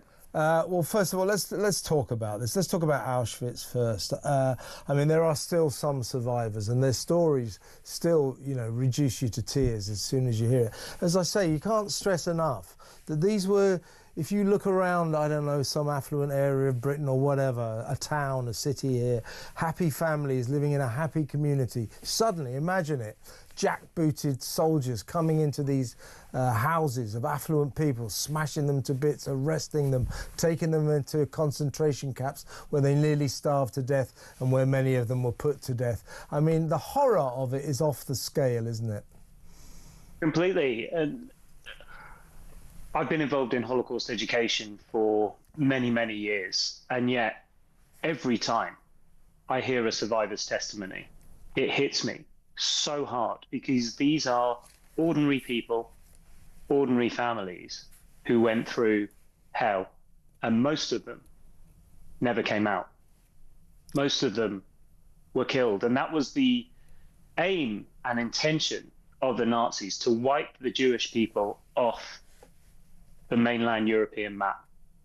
And so today has been an incredibly powerful day, with commemorations in Auschwitz, with His Majesty's the King there, and other heads of state and senior leaders from European countries. We've also just had the national moment here in London, which really appropriately brought a light onto survivors that live here in the UK, but also subsequent genocides in Cambodia, in Rwanda, in Darfur, and in Bosnia.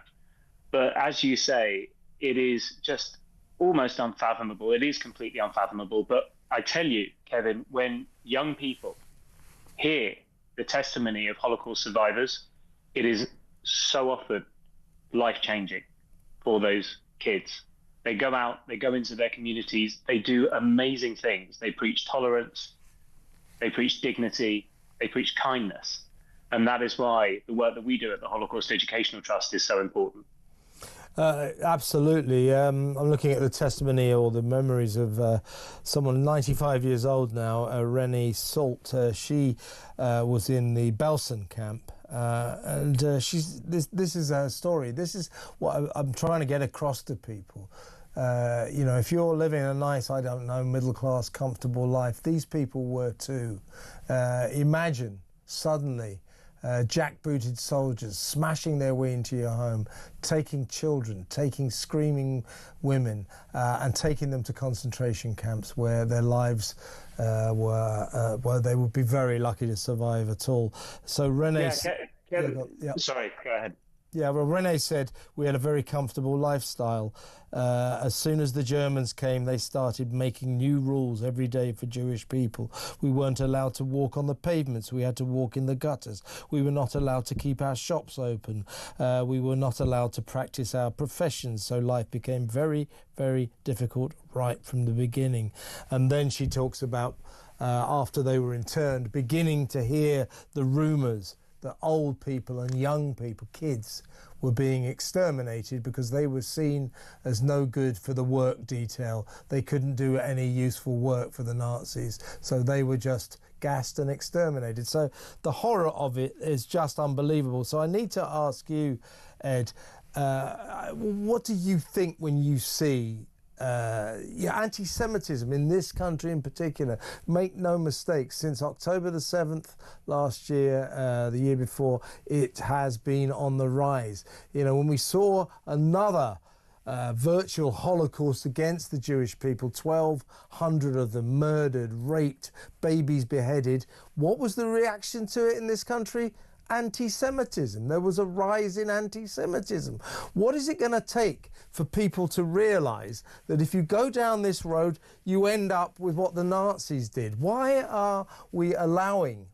is anti-Semitism on the rise, not only here but across the Western world? Because I think it's inexplicable and very worrying. I agree with you. The trend is hugely worrying. You point to rise in anti-Semitism. We saw in the first 6 months of last year 105% increase in anti-Semitism incidents year over year. And that was in the wake of October 7th, as you say, where people were targeted for being Jewish. I want to just come back to that, but just pick up on one thing that you said, first of all, because this image of jackbooted soldiers going into people's homes, yes, of course that happened. But, you know, the thing about the Holocaust is this isn't only Nazis that were involved in this. There are local communities, local perpetrators, ordinary people who were a bystander or a facilitator to mass murder. That is the extraordinary thing about the Holocaust. That is one of the things that we must be so aware of. And so today, when we see rising anti-Semitism, it's not a thing to be brushed off. It is a warning sign. It is a warning sign for what can happen when hatred and intolerance takes over. And the thing that I think has changed hugely in the last few years, frankly, are our social media platforms, where if you go on the social media platforms and you search Holocaust on one of these platforms, you will find misinformation, disinformation, distortion, lies. You will also find the Holocaust not clearly linked to the victims that were Jewish. And the absence of Jews in the narrative around the Holocaust is a distortion, is wrong, and it should be challenged wherever we find it. So I think that that is a major problem. It's a major problem our young people face, which is where they pick up their news and current affairs from. And I think the platforms need to do more. Of course, at the moment, we're seeing some platforms take a step back from some moderation on their platforms. And I think in some cases, that's not right. And what do you think? I mean, when these pro-Palestine marches started snaking through our cities every weekend soon after the October the 7th atrocity, I mean, I went to 2 or 3 of them just as an observer, and this is they are full of hatred for Jews. It is, you know, the watchword is the extermination of Israel, the extermination of the Israeli state. They're looking for extermination again. What do you think when you see this, and how is it that it happens? I don't understand it. I mean, I'm assuming that what we're dealing with here, sadly, is what they call the oldest prejudice in the world. For my mind, the absolutely mystifying prejudice that is anti-Semitism, that somehow or other people don't like Jews. Why is this? I think to a large extent you're right, and I think a lot of it is ignorance. I think that to some extent the pro-Palestinian cause has become cool for young people, and they pick up the slogans from the river to the sea, What does from the river to the sea mean? It means wiping out the state of Israel off the map, denying the Jewish people their right to a sovereign state. I think some people are doing that deliberately. I think some people just don't know. And I think this gets facilitated and fueled by our social media platforms. So, of course, as a Jewish person in London, it's hugely worrying seeing some of these demonstrations. Now, of course, people have a right to demonstrate in a peaceful way and in a legitimate way, and there's a time for debate. But naked anti-Semitism on our streets in London in 2025 cannot be right, and we must see action against it. And people don't realise that the Jewish community in Britain is relatively small. I think it's fewer than 300,000, sort of 280, 290,000, something like that. But these are British people. I mean, I live in North London. You know, a lot of Jewish people are my neighbours, and I'm talking about people in their 60s who've lived here all their lives. Just British citizens who live in London, who are now talking about leaving the country because of this rise in anti-Semitism. That is extraordinarily sad, isn't it? Well, I think it's sad if people feel that way. I think, look, of course, we've seen, particularly over the past year and a half, some really disturbing images on our streets. Having said that, I also believe that this country, in general, is a tolerant place, that people understand different faiths, different religions, and want to live side by side with people. And I've seen the most incredible reaction today.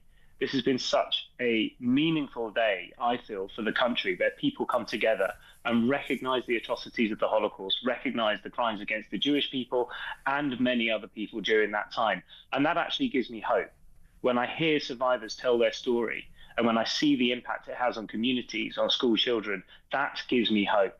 So I'd rather live in hope that this country will actually banish those people that don't want to live in peace, that promote racism, that promote anti-Semitism, because I think the vast majority of people in this country are good and decent people that see the Jewish community for what it is, an important part of British life.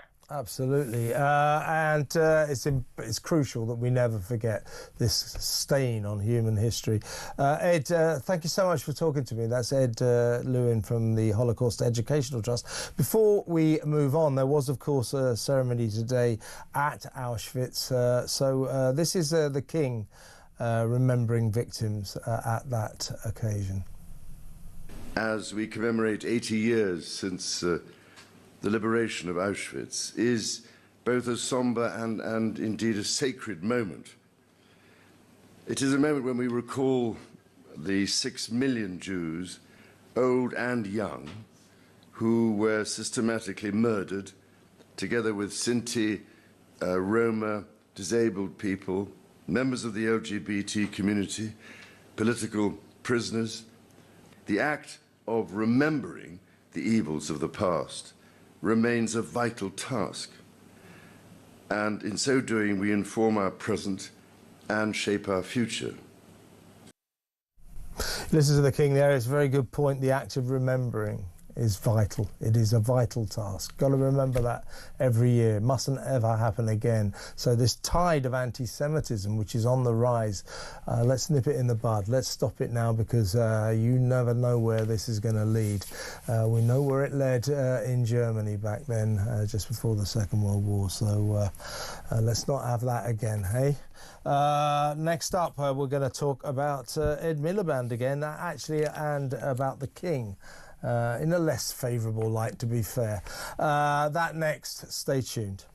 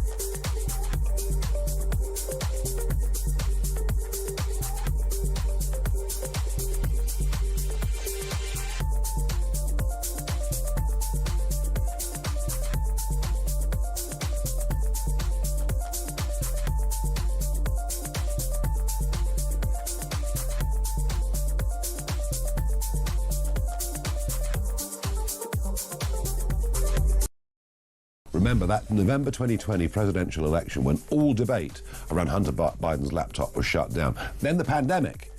If you question lockdowns, you might find yourself suspended on Facebook or elsewhere. That whole social media debate room has completely shifted because of Elon. Now look, he and I don't agree on everything. And I don't bend my opinions for anyone. So your views, you've been very clear about your views on Yes. Tommy Robinson. Yes. Absolutely no interest in him joining Reform or otherwise. Let him do his own thing, we'll do our thing, and that's it.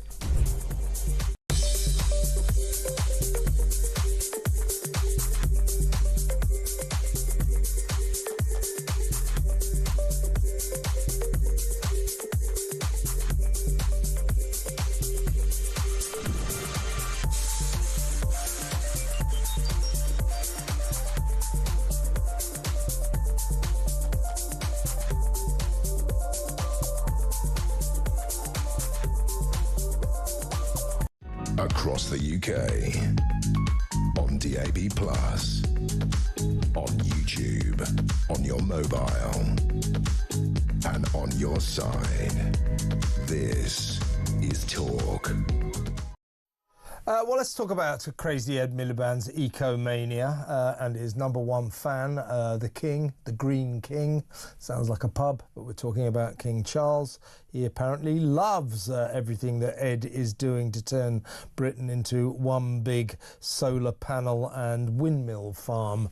But meanwhile, the country goes to hell in a handcart.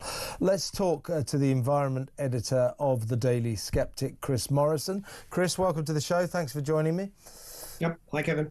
Now, first of all, before we get to the King, now, Britain's climate policies, if I read them correctly, are aimed at this, right? We accept that there's nothing we can do to change the world to save the planet because we emit less than 1% of the world's carbon emissions. In other words, we've really cleaned up our house anyway, so we are a very, very minor polluter, so nothing we will do will make any difference whatsoever. Although Ed and the gang, they think it's very important that we're very fundamentalist about this and that we cost the people of Britain loads of money for high net zero type energy and that it becomes more and more expensive and we become more and more cold.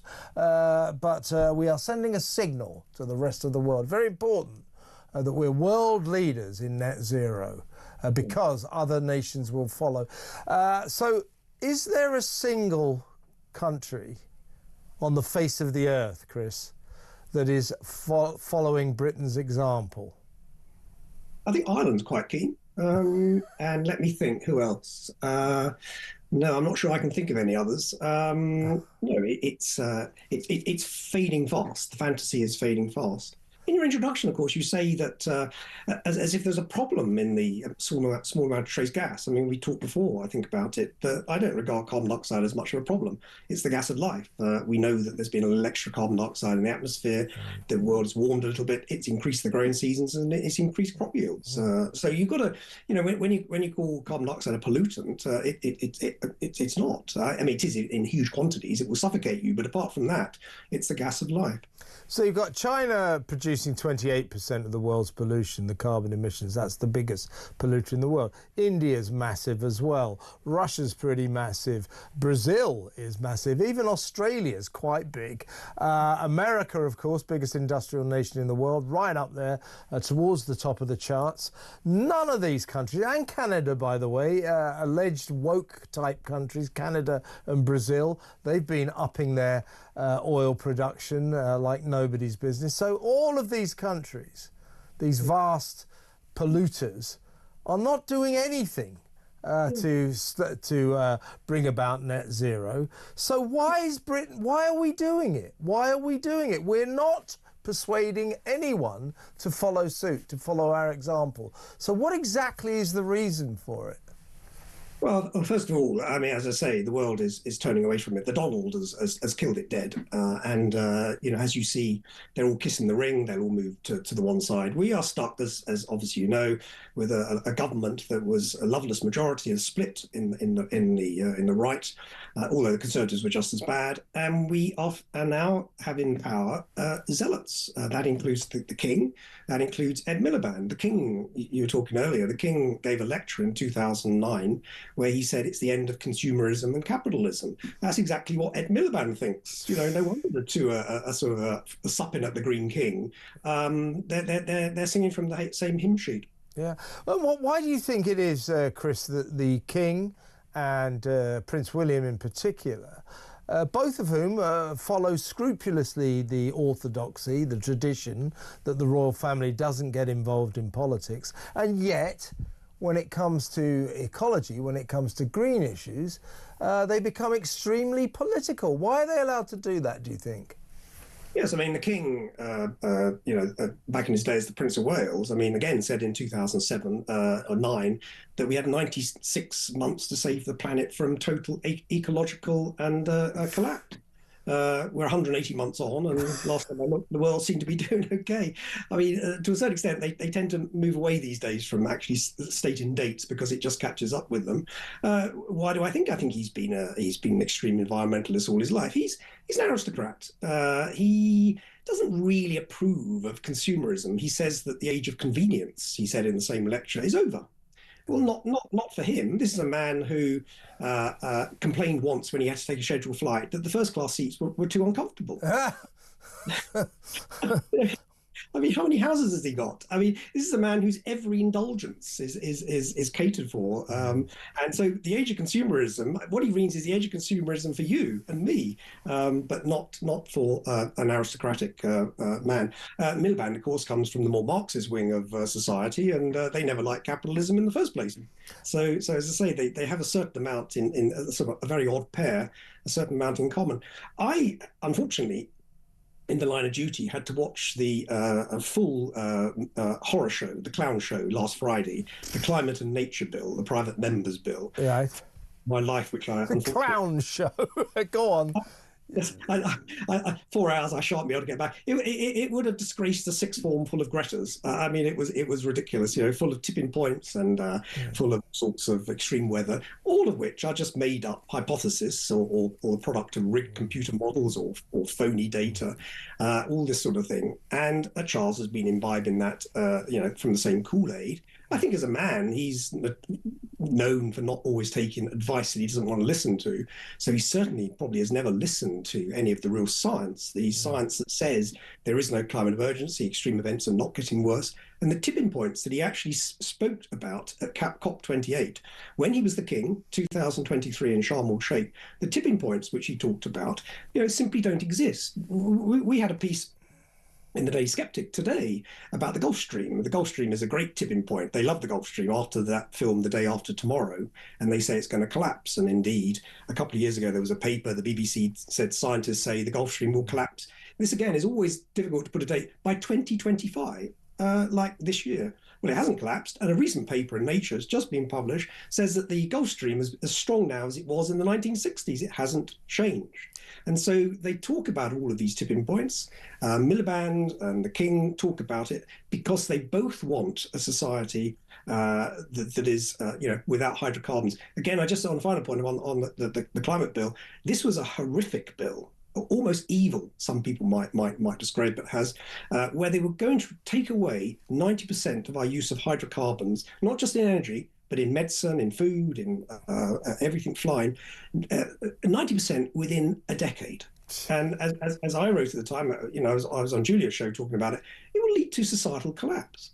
And this is what both Miliband and, I'm afraid, King Charles are pushing for. It is crazy. And no wonder the rest of the world is just moving away.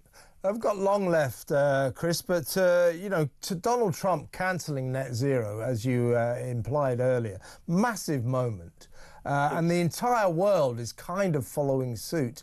And there are stories across the Sunday papers yesterday saying that even Keir and his left-wing gang are starting to feel, well, maybe we shouldn't hitch our wagon to Crazy Ed. He's going too far. We need to look to America and not to Ed's windmills and solar panels. So do you feel that maybe even this government is going to be slightly less crazy about climate policy going forward? I wish I could think so, but I mean, they don't seem to be stopping the destruction of our car industry, of our steel industry. They seem quite happy with all of this. 80 Labour MPs supported this ghastly climate and nature bill. You have the Mad Miliband talking about plastering the place with solar panels. The Wednesday before the bill last Friday, there was no wind. No wind all day. There's no solar either.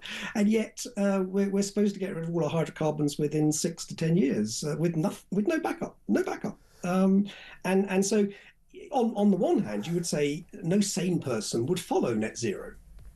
But then you have Ed Miliband. Yeah, well, Ed Miliband's following it, and I'm not sure that he falls into the sane person category. Chris, always a pleasure to talk to you. Thank you so much. Chris Morrison there, environment editor of the Daily Sceptic. What do you think?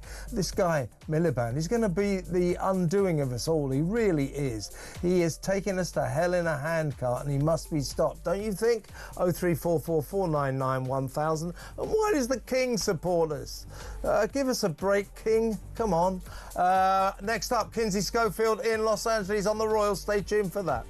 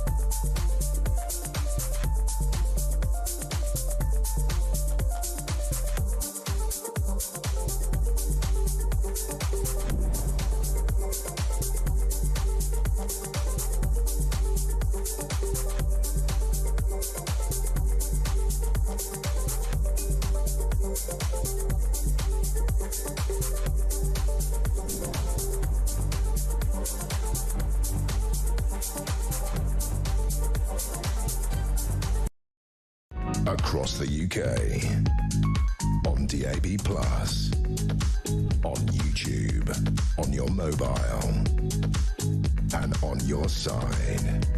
This is Talk.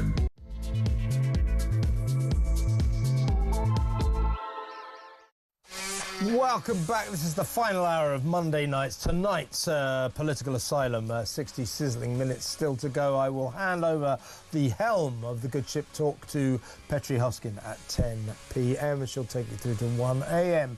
But we've got pretty much an hour to go, and in about 20 minutes or so, The floor is yours. I'm going to be taking your calls all the way until the end of the show. 0344 499 1000. Don't you wish you had Donald Trump running this country? Don't you wish our politicians showed the resolve that he's showing? Don't you wish you had some politicians who actually went about doing what they said they were going to do? He's actually doing what he promised to do. New thing in politics, isn't it? He wants to solve the migrant crisis. He's going to deport their migrants. He's going to get rid of net zero, only 2 genders. Yeah, all this common sense stuff. 0344 499 1000. Do you wish we had a Trump running Britain? I know what I wish. Also, Ed Miliband. How can this madman be stopped? The King supports him, but I'm not sure anyone else does. And his energy policies are going to ruin this country.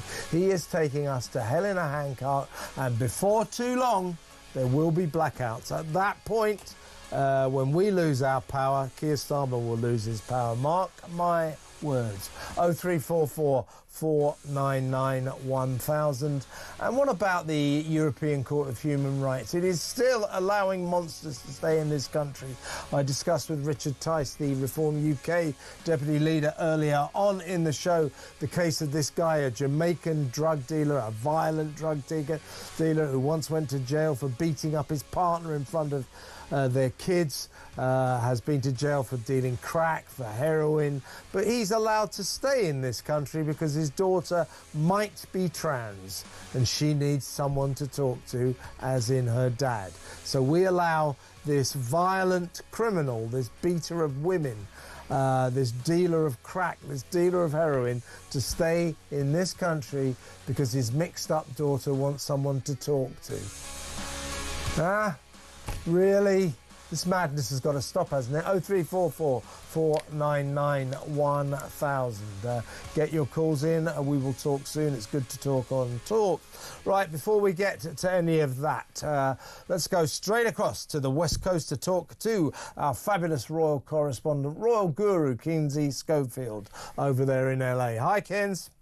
Hi, Kev. Good to see you. Good to see you. Always a pleasure. Now, a big story that you've alerted me to, quite significant.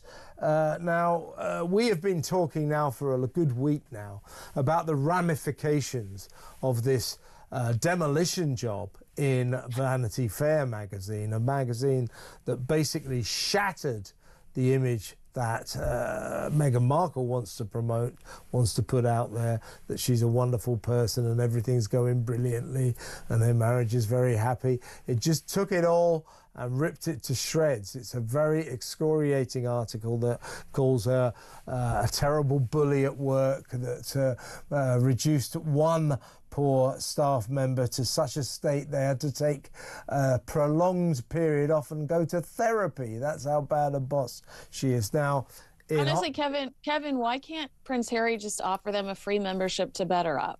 You know, like exactly. Prince Harry's the head of a mental health, app. So, like, why can't Prince Harry step up? Exactly, that's what they should be doing, but that isn't happening.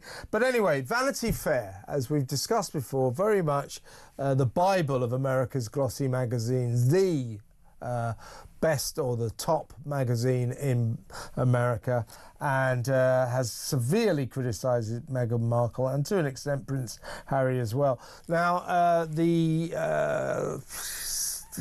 fall off from this has involved partly, we think, the postponement of the release of her Netflix cooking show with Love Meghan. But now, this is the story you've alerted me to, it looks as if her podcast series, Archetypes, which was coming back thanks to the provider Lemonada, has now been postponed as well. That has been called off, we think probably because of all the nasty things that are being said in Netflix, that Lemonado perhaps think meghan people don't want a podcast series from Meghan after this Vanity Fair article. What are your thoughts? I mean, Meghan announced her Lemonada podcast deal in February. That is almost a year ago, and we haven't seen any original content from her since then. Lemonada redistributed her Archetypes podcast and opened it up to other podcast streaming networks. So it was no longer exclusive to Spotify, which also makes you wonder how much Harry and Meghan truly pocketed from Spotify, since they don't have any exclusive content that remains on the platform from them. So those millions of dollars that were initially hyped up, I don't think that that's the truth. And Vanity Fair even says the $100 million that was teased over Netflix is significantly more than their source at Netflix said Harry and Meghan are actually receiving. It's Hello Magazine that is reporting that her Lemonada podcast episodes have been postponed in the same way that Love Meghan on Netflix was postponed, with Meghan expressing her desire to focus on the needs of those affected by the wildfires. Could this just be an excuse? Yeah, Sure, let's just unpack that now. The reason, apparently, well, for all these delays, is that she needs to focus on helping those affected by the wildfires. Really? Really? You mean you think that the victims of the LA inferno couldn't get by unless Meghan's giving it her full attention? This is delusional nonsense, isn't it? It's, it's not like Justine Bateman is asking Meghan for her help or support. I mean, we know that much. I do think that they were probably knocked on their feet, knocked off their feet, not only by the Vanity Fair article, but by the truly negative reaction that Meghan's trailer has received on YouTube. 91% negative when it comes to the reactions, a thumbs down, over 100,000. I mean, the number's much higher than 100,000, but over 100,000 thumbs downs on YouTube, and the comments are just the most vicious thing I've ever seen. So I would not be surprised if she wanted to take a step back and re-edit.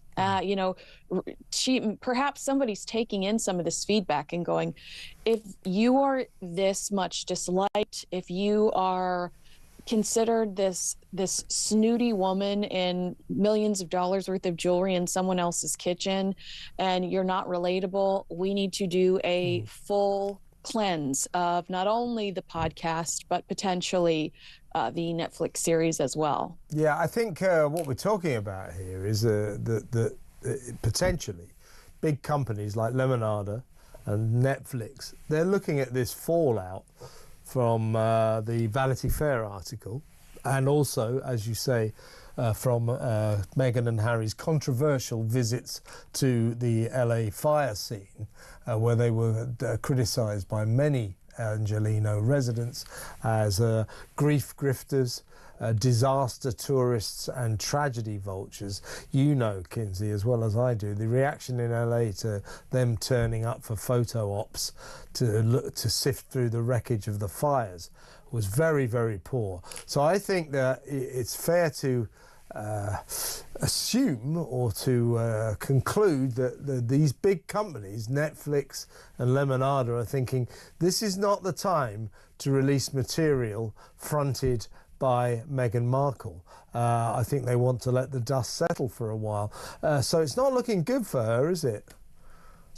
And Lemonada has the ability to do that, because it's been a year since Meghan announced that she was with Lemonada, and there's been no movement similar to American Riviera Orchard.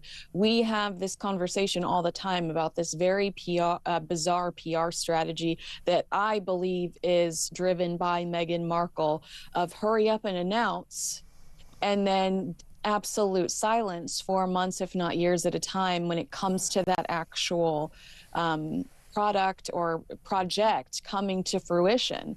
I've worked in PR for years, and never in my life have we advised anyone to, it's a work quietly, announce when it's ready to go. It's not deep tease, because it looks like they are so chaotic. They look like they are unorganized, inconsistent, and I would hesitate to work with them. because it just seems like there's no method to the madness. Now, we talked last week, didn't we, about the fact that their book deal, Harry and Meghan's book deal, they were reported to have a big book deal on the table. That seems to have just completely disappeared. Add that to the fact that With Love Meghan has been kind of delayed in a kind of emergency way as this terrible publicity descends on Meghan. And now, of course, we're talking about her new podcast series. That's been delayed as well. This is all because, I think, of very, very poor publicity. Nobody wants to release a book or a podcast or a TV series when the star of it is the recipient of an avalanche of very bad publicity. The bad publicity is, first of all, we keep hearing her say, I care so much for the families, the people of Los Angeles. Well, she doesn't care much about her own family, does she? Hasn't spoken to her dad for 4 years. Doesn't speak 6. 6 years, is it? Doesn't speak to her brother, doesn't speak to her sister, so they've been ruthlessly cut off. Oh my gosh, I think it's actually 8, Kevin. 8 I think it's years. 8 here. So people don't trust her happy, smiley, lovely image. They don't trust that. And also they now believe 100% that she is this most awful bully to the people who work for her. Hollywood Reporter, that publication, respected publication, said last year in September that she was the boss from hell. They spoke to 12 people who worked for Archant who said that she was a tyrant in high heels who reduced grown men to tears and was prone to having tantrums at 5 in the morning. They denied this and said, oh, it's just somebody with an angle. Oh, you're right. And now we've got Vanity Fair basically repeating the same allegations, only even worse, that she was so bad people had to go to therapy. So people around Tinseltown, around America, around Hollywood are just thinking this woman is a bully. She's bad to her staff. She doesn't treat her staff rightly. So she is the recipient of an avalanche of bad publicity, and all her projects are stalling because of it. I want to make this point. Harry and Meghan, they really tried to dismiss the bully allegations and the way that they just really are disrespectful in the way that they communicate, making people feel very small. They tried to dismiss that by saying that that was a smear campaign developed by British tabloids. So yes, when the Hollywood Reporter and Vanity Fair and The Wrap and Puck, when all of these outlets are reporting similar stories, it totally destroys their theory that it's just the bitter British public. Also, we were contemplating canceling the Oscars over these fires, and the Oscars said, you know what, actually, let's just go ahead and do it. I mean, it makes no sense to me watching people walk down a red carpet in $6,000 dresses knowing that they have nothing to go home to. But to me, it says that Netflix and perhaps Lemonada need to make edits to this content because based on the feedback, they are not confident in their client and they know that people are going to reject the content. So they're taking a month. They push it back by over a month. That's plenty of time to make changes. Yeah, and With Love Meghan doesn't come out until March the 4th. Now, another angle to this is that, of course, Harry continues in his crusade against particularly the British tabloids, the red top papers here. He says he's was a dragon slayer who's going to bring them down to size. And the word is that because Meghan needs good publicity right now, she's not getting much, but she sort of wants the papers to look upon her in a little bit more of a friendly light, that she kind of wants Harry to stop this war with the newspapers so that she can forge a better relationship with them in order to publicise her projects a little bit more, in a little bit more of a positive way. That's an interesting line, isn't it? Okay, I've heard 3 different scenarios here. A Royal Rhoda reporter told me that they heard that it was Prince Harry's attorneys that really put the pressure on him to settle his last suit. You're correct. Sources close to Meghan Markle have told People magazine that Meghan is eager to settle all of these lawsuits because she feels like it's their only way to move forward. She doesn't want to, quote unquote, live in the past. And she is in desperate need of positive publicity because she wants to be a commercial entity. She wants you to buy her pots and pans. She wants to be on the cover of magazines. She doesn't want you to loathe her. But then my favorite scenario is the associate editor of the Daily Telegraph, Camilla Tominey, who asked in the paper if Prince Harry potentially settled this lawsuit because he didn't want to rattle the cage of President Donald Trump. She said that perhaps Prince Harry was fearful of leaving the United States to participate in the trial, as it would have been too easy for the Trump administration not to let him back in. And that, while hypothetical, and Camilla's got great contacts, though. That, while hypothetical, is my favorite version, but I believe that it's probably Meghan's act of desperation. You don't go to Us Weekly magazine to solve your problems if you are not so desperate. I tell you that, and she wants people to like her. But last question, she does, and good luck with that, Meghan, with the publicity you're receiving right now. Last question to you, Kinsey. When do you think we might see American Riviera Orchard, her lifestyle site, opening for business on account of her having launched it last March? So we're coming up for not that far off a year, and it still hasn't happened. Do you think it'll ever happen? If it is, a lot of outlets, including the Daily Mail, have reported that it's supposed to come out along with her Netflix series so that the Netflix series can promote some of the products on the website. If that's the case, then you're right, 365. Like it's a whole year. A year. I personally think it's always going to struggle. But her problem is, as I say, she looks very toxic right now, thanks to The Hollywood Reporter and Vanity Fair. She's a toxic individual. Hollywood hates toxic individuals. I think you're not putting blame on the right person. She looks toxic because of her behavior. Yeah. And don't blame The Hollywood Reporter and Vanity Fair. I'm not. I'm just saying they're reporting it. Doing. No, I'm not blaming them. They're our fellow journalists doing a damn fine job. Kinsey, fabulous to talk to you as always. Thank you so much for your time. That's the great Kinsey Schofield, our royal commentator over there on the West Coast. We're going to go to break now. When I come back, I'll read some of your messages and take lots of your phone calls. 0344 499 1000. Get on the blower. It's good to talk on Talk.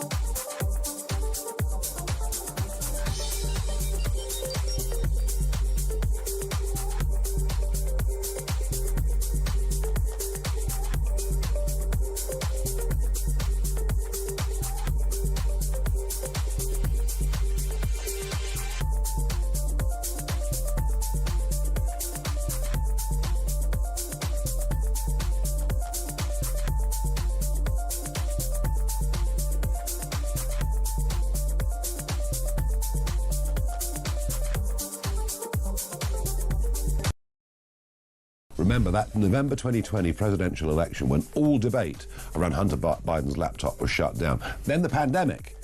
If you question lockdowns, you might find yourself suspended on Facebook or elsewhere. That whole social media debate room has completely shifted because of Elon. Now look, he and I don't agree on everything. And I don't bend my opinions for anyone. So your views, you've been very clear about your views on Yes. Tommy Robinson. Yes. Absolutely no interest in him joining Reform or otherwise. Let him do his own thing, we'll do our thing, and that's it.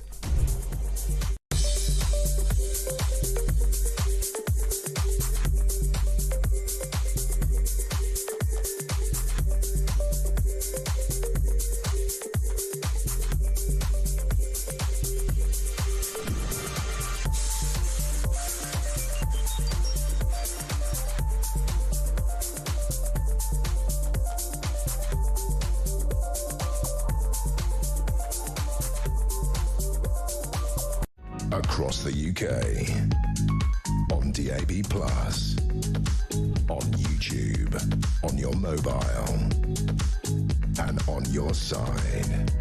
This is Talk. Welcome back. A couple of messages before we go to the phones. This is from Dave in Oldham. He says, we're talking about those, Bedfordshire and Cambridgeshire police have been told not to use words like blacklist, or the word black because it's racist. And Dave from Oldham says, can anyone advise me on what I'm supposed to do if I'm at a Black Sabbath concert in Blackpool and I bump into Roger Black? And then while waiting for a black cab, I get mugged and they beat me black and blue. And the attackers were all dressed in black. Yeah, Dave, that's what I always say. You think he's black. It's part of the human. It's part of our language. And if you make it illegal to say it, the language becomes ridiculous. So blacklist is fine. Unless you're some kind of woke idiot. Good point. This is Gordon in Somerset. I'm ex-military and I was based at Bergen-Belsen back in 1993 for 5 years, and I've got to admit it was a scary place and a very emotional place to visit. When we did our own camp guard duty on an evening, we used to drive down to the main gates at Belsen Camp to ensure the gates were locked due to the vandalism of the idiots who don't believe in it. Blimey, people break into these places. Unbelievable.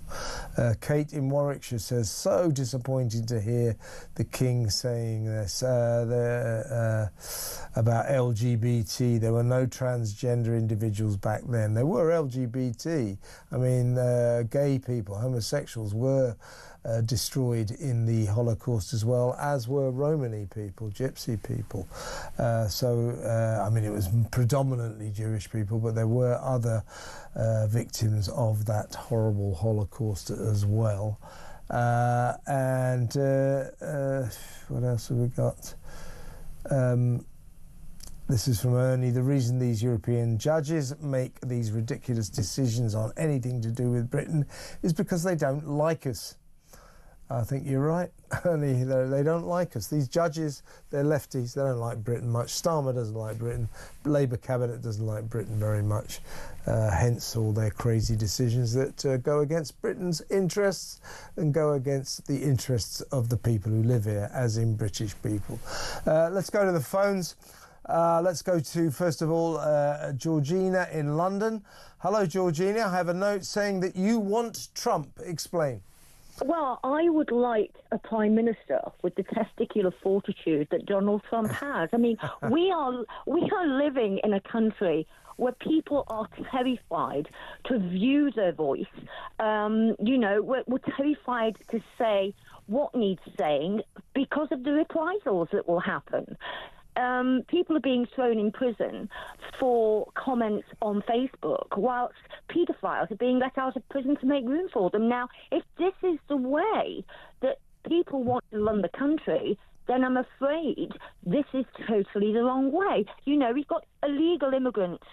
The situation with the illegal immigrants coming over on boats, they're being given bed and board, some of them houses, phones, spending money, clothes, and our pensioners have had the heating allowance cut off, and they're sitting in a cold house having to wrap themselves in blankets to keep warm.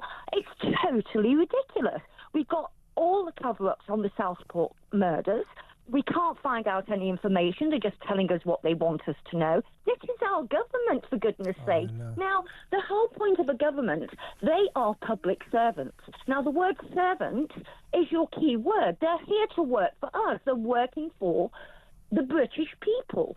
Yeah. And they're not doing that. They're looking out for the best interests of illegal migrants and others abroad. And we are being left by the wayside. Now, I'm awfully sorry. This is not the way this country has got to be run. We need someone like Rupert Lowe, who, you know, he has a definite idea on how this country should be run. He's got everything written down, what he wants doing. Nigel Farage, exactly the same. These people know what they want to do with this country. Yeah. They know what we need, and they are going by George to get it done.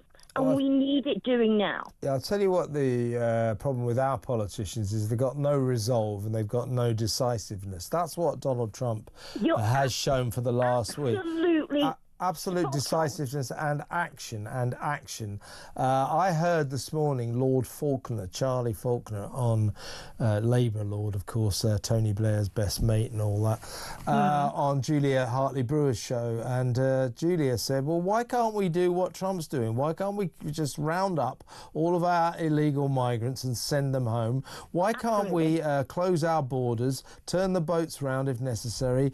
If they do get here, return them to their home countries or the country whence they came, as in France. Why can't we do that?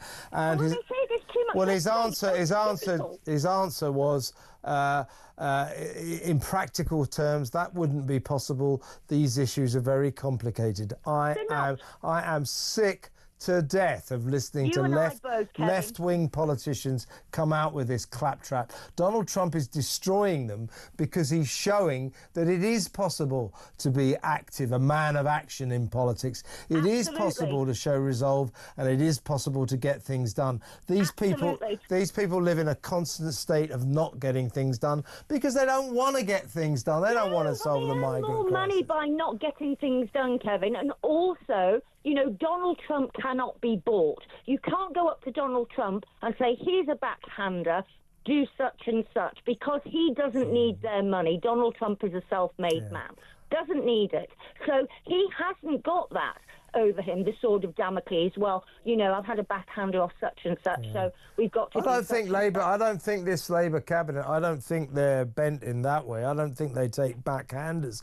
I think the fuel that drives them is self-love, narcissism. Look at me signalling my virtue. Look at me polishing my halo. Aren't I wonderful? I care about my fellow human beings. I care about migrants. Aren't I brilliant? That is what drives this lot. They want to be seen as wonderful by their left-wing mates, and a more pathetic syndrome I can't imagine, to be honest with you. Well, it's not their mates that are going to give them the vote.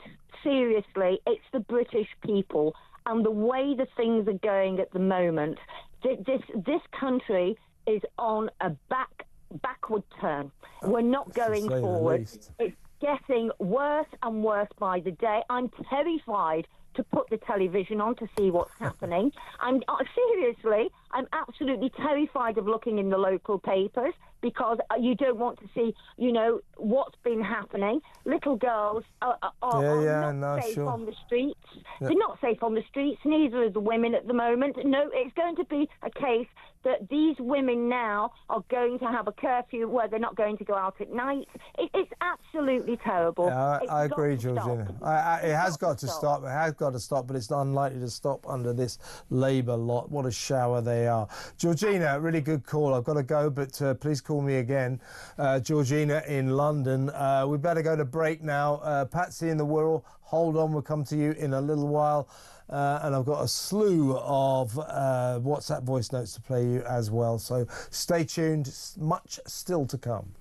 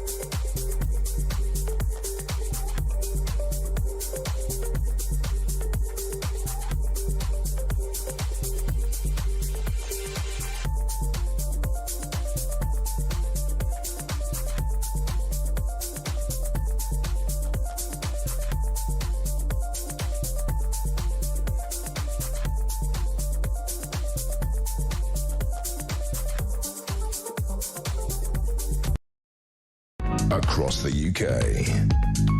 On DAB+. On YouTube. On your mobile.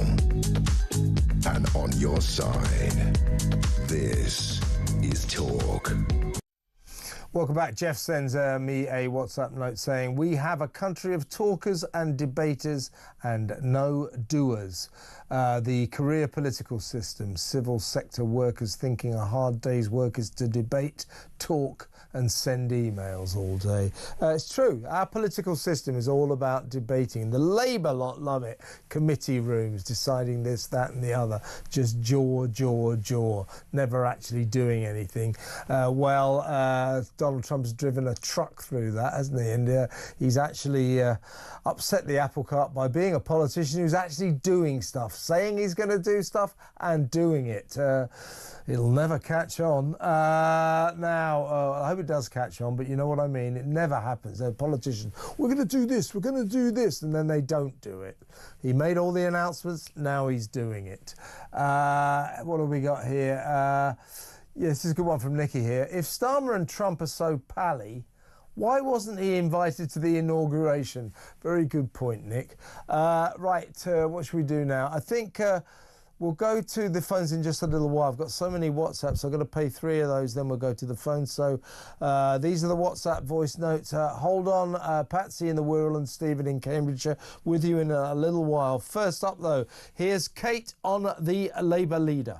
Hi, Kev. Kate from Leeds. Yay, we just might end up with that little runt of the litter, Sadiq Khan, and that wouldn't be a very good idea. None of them are a good idea, but Sadiq Khan, definitely not. Good show. Thank you. Thank you, Kate. I think that the Khan problem is not all that pressing. I think that Keir Starmer doesn't like Sadiq Khan, so we'll keep him at arm's length. Gave him a knighthood. He's got him where he wants him. But I agree with you, Kate. It'd be even worse if we had him as a Prime Minister. Oh, my God. And it would as well if we had Angela Rayner. Or Ed Miliband. I mean, there's so many of them you don't want to get anywhere near power. Here's Emily on knife crime. Hiya, Kev. I'm listening to you talk about the knife crime issues and how they're saying it's the sale of knives on Amazon. Well, knives have been available for sale on Amazon for a long time. I've never killed anybody. I get to see everything that these people see online. Plenty of people are exposed to what these people see online. We haven't killed anybody. We haven't stabbed anybody. I just don't understand it. How is it that we've managed to go this long without going on a murdering rampage? It's incredible. I absolutely love you, Kev. Good night. Right back at you, Emily. But it's a very good point. It's nonsense. And when you ask why are they doing it, it's sheer deflection. They don't really think that cracking down on online knife sales will somehow stop Southport murder atrocities. It's just something to say. It doesn't mean anything. As I keep saying, every cutlery drawer's got 50 murder weapons in it. So whether or not you get the knife from online is neither here nor there. I mean, by all means, shut it down, but what's the difference? Before we stop this session of WhatsApp voice notes, here's the last one for now. Martin on Donald Trump. Hi, Martin here. My message for President Trump. Please invade Britain and sort our problems out. Thank you. Yeah, a lot of people saying that. We wouldn't mind becoming the 51st state or the 52nd state or whatever it is. And Donald Trump could be our leader. It works for me. At least he's getting stuff done. At least he talks common sense, unlike our lot. Let's go back to the phones. I've got some more WhatsApps to read out to you or play out to you in a little while. But first, let's talk to Patsy in the Wirral. Hello, Patsy. Hi, Kevin. Hi, how are you? I'm very well. What would you like to say? Good. I came in at the tail end of your story about Ed Miliband actually advertising for a personal photographer at £40,000 a year. Mm-hmm. Now, I work for a local charity on the Wirral, which has for 36 years been a service provider for cancer patients, and we've done a free service over those years. Now, the NHS have just pulled our funding after 36 years. Why? Why have they pulled your funding? Basically, because they're looking at a £15 million deficit across the borough, and they're looking at value for money, and looking at our little charity, like 43,000 that they give us a year, which equates to 28% of our running costs. They just see that as an easy win. So it's an easy win, and they haven't even bothered to look at the people that it impacts upon. So, we have been a free service, as I said, for 36 years. We support patients with counselling, acupuncture, reflex, art therapy for free. And cancer patients when, they're financially impacted. This is really hard time for them. Their mental health and well-being, emotional, psychological well-being is so important, and we are so vital a service.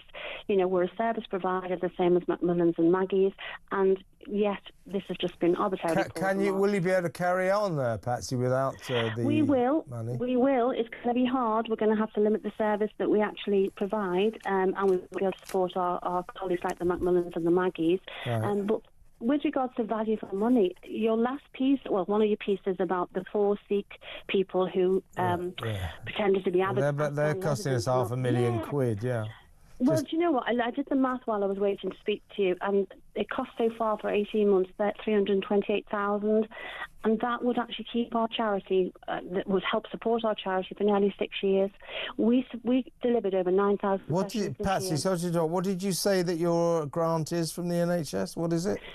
43,000. Okay, well, the reason I asked for that is you might like to take on board that every single migrant that comes across the channel illegally, that we give a 4-star hotel to them, free food and free everything else.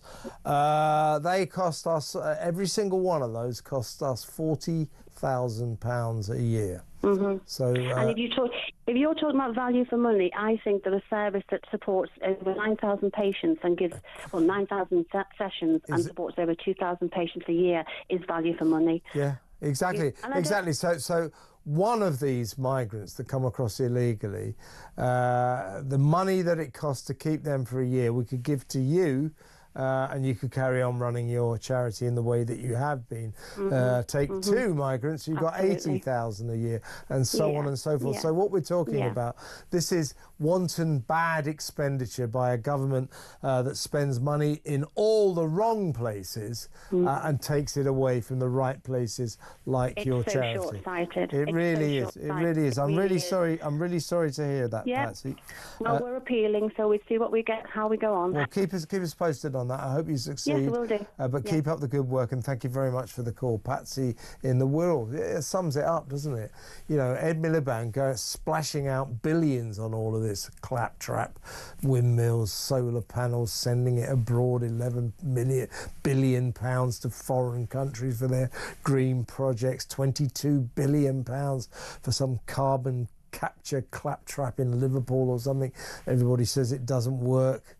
When charities like Patsy's are going down the pan because the government can't afford to fund them. There you go. That's how it goes. Let's talk to Stephen in Cambridgeshire. Hello, Stephen. Hello, Kev. How are you getting on? I'm all right, yeah. What do you want to talk about? The gangster with the trans child, yeah? Well, it's just ridiculous. I mean, like Tom Homan said in America, don't separate the family, deport them both.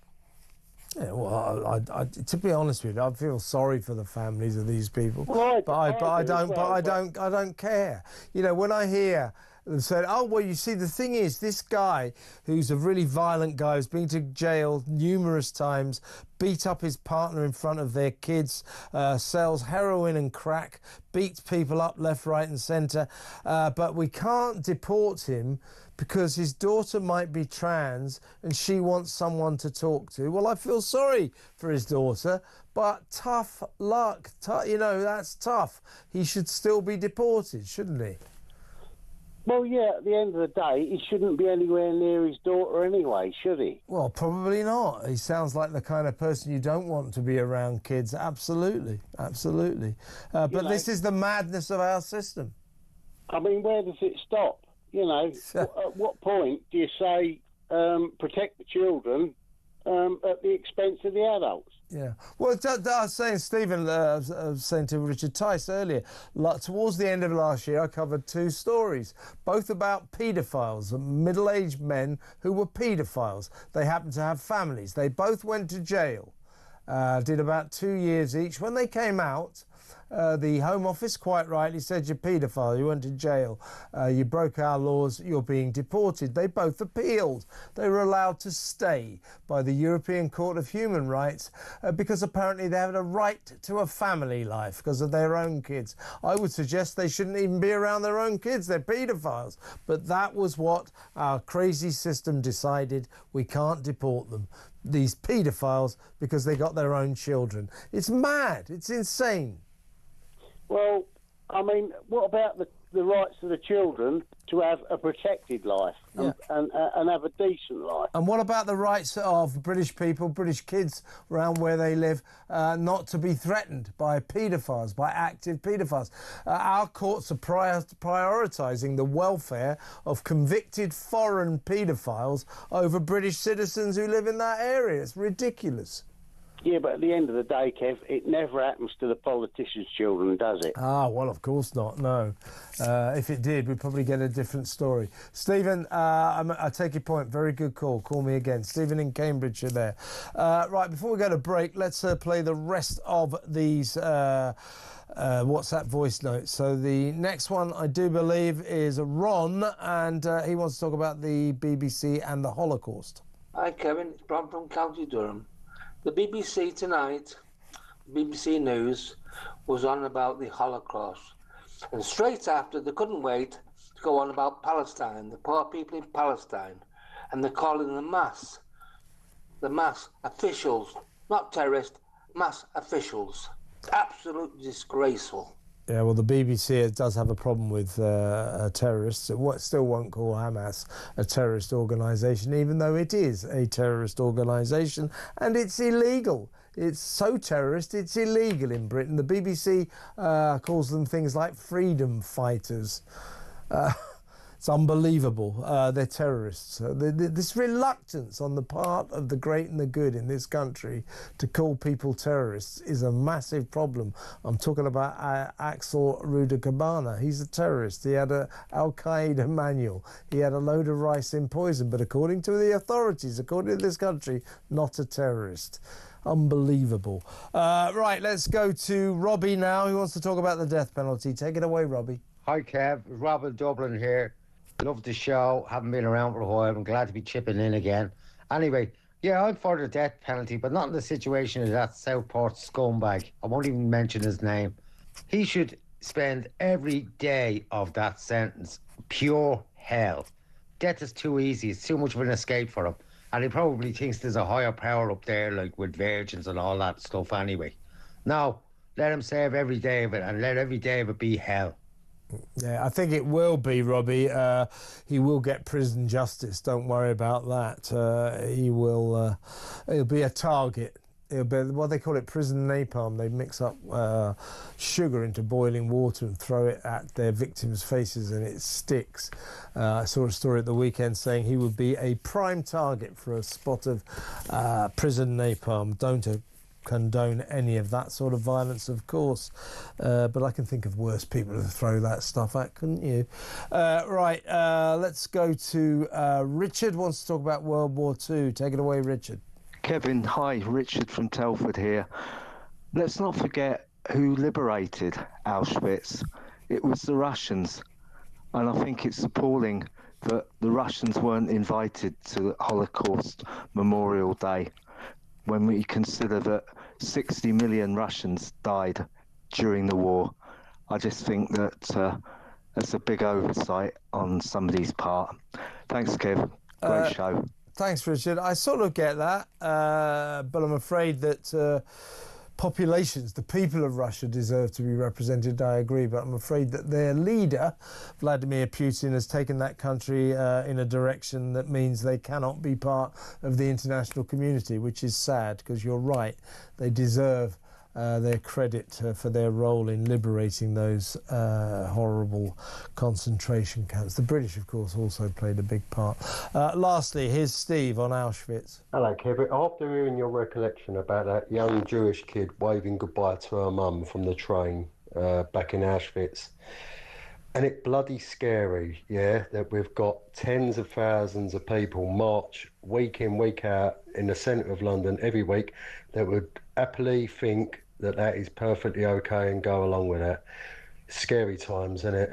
Really, it needs to be stopped and rooted out. Yeah, we need to. Today is a day when we should all think about the Holocaust, think about the way people have been treated, Jewish people in the past, anti-Semitism. It is an absolute scourge, and it's thriving right now, ironically, bizarrely, after the October the 7th atrocity. Leave them alone. They don't deserve to be hated just because they're Jewish. The last people to hate them just because they were Jewish were the Nazis, and we know where that ended. So let's be careful, eh? Let's go to break. And when we come back, a couple more calls, and Petri Hoskin will be in to tell you what she's got lined up for your entertainment from 10 p.m. until 1 a.m. So all of that next. Stay tuned.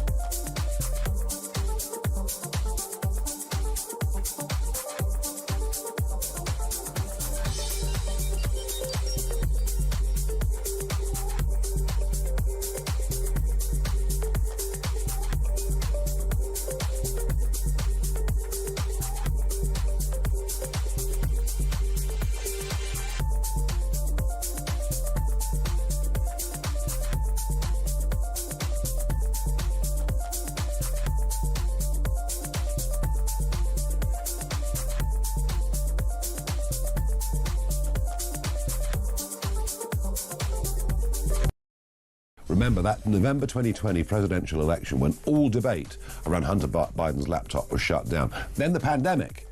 If you question lockdowns, you might find yourself suspended on Facebook or elsewhere. That whole social media debate room has completely shifted because of Elon. Now look, he and I don't agree on everything. And I don't bend my opinions for anyone. So your views, you've been very clear about your views on Yes. Tommy Robinson. Yes. Absolutely no interest in him joining Reform or otherwise. Let him do his own thing, we'll do our thing, and that's it.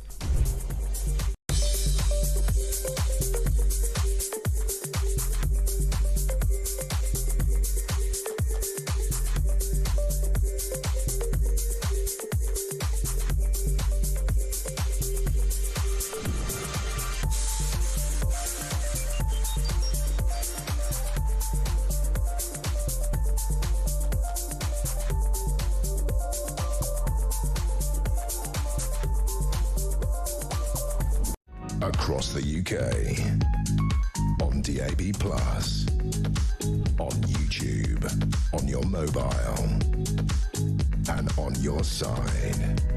This is Talk. Welcome back. Thank you very much for your company tonight. It's been excellent, and I hope it will be again tomorrow. So tune in tomorrow at 7 p.m. for another edition of the Political Asylum with me, Kevin O'Sullivan. It's always good to have you guys on board. Now, let's go back to the phones and talk to Daniel in Northampton. I've got a note here, Dan, saying that you think we should have empathy for the migrants. Explain. Absolutely. I think we should have empathy for the migrants because the migrants are people. What about the liars? What about the ones that? What about the ones that are lying? The ones that are pretending that they're victims of war and torture when in fact they're purely economic migrants coming over here to get money. Well, that's very in-depth, and I agree with you. Well, it's not in-depth, Daniel. The majority of migrants who come into this country are lying. They say they're escaping war, they're escaping torture. Most of them come from France. There's no war and torture there. And basically, the vast majority of them are young males between the age of 18 and 34. We should have empathy for the real people who are fleeing war and torture, but the ones who are lying, why should we have empathy for them? Because I think that everybody deserves a chance. What, even if they're liars who are breaking into our country illegally? No, I don't agree with that's what I'm telling you. So I don't think we should have empathy for the liars. I think you're right in that, absolutely.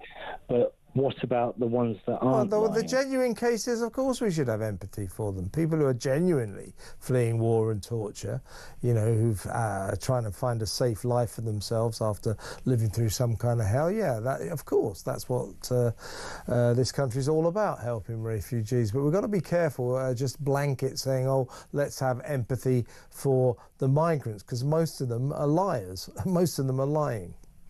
So there's a problem there. I totally agree.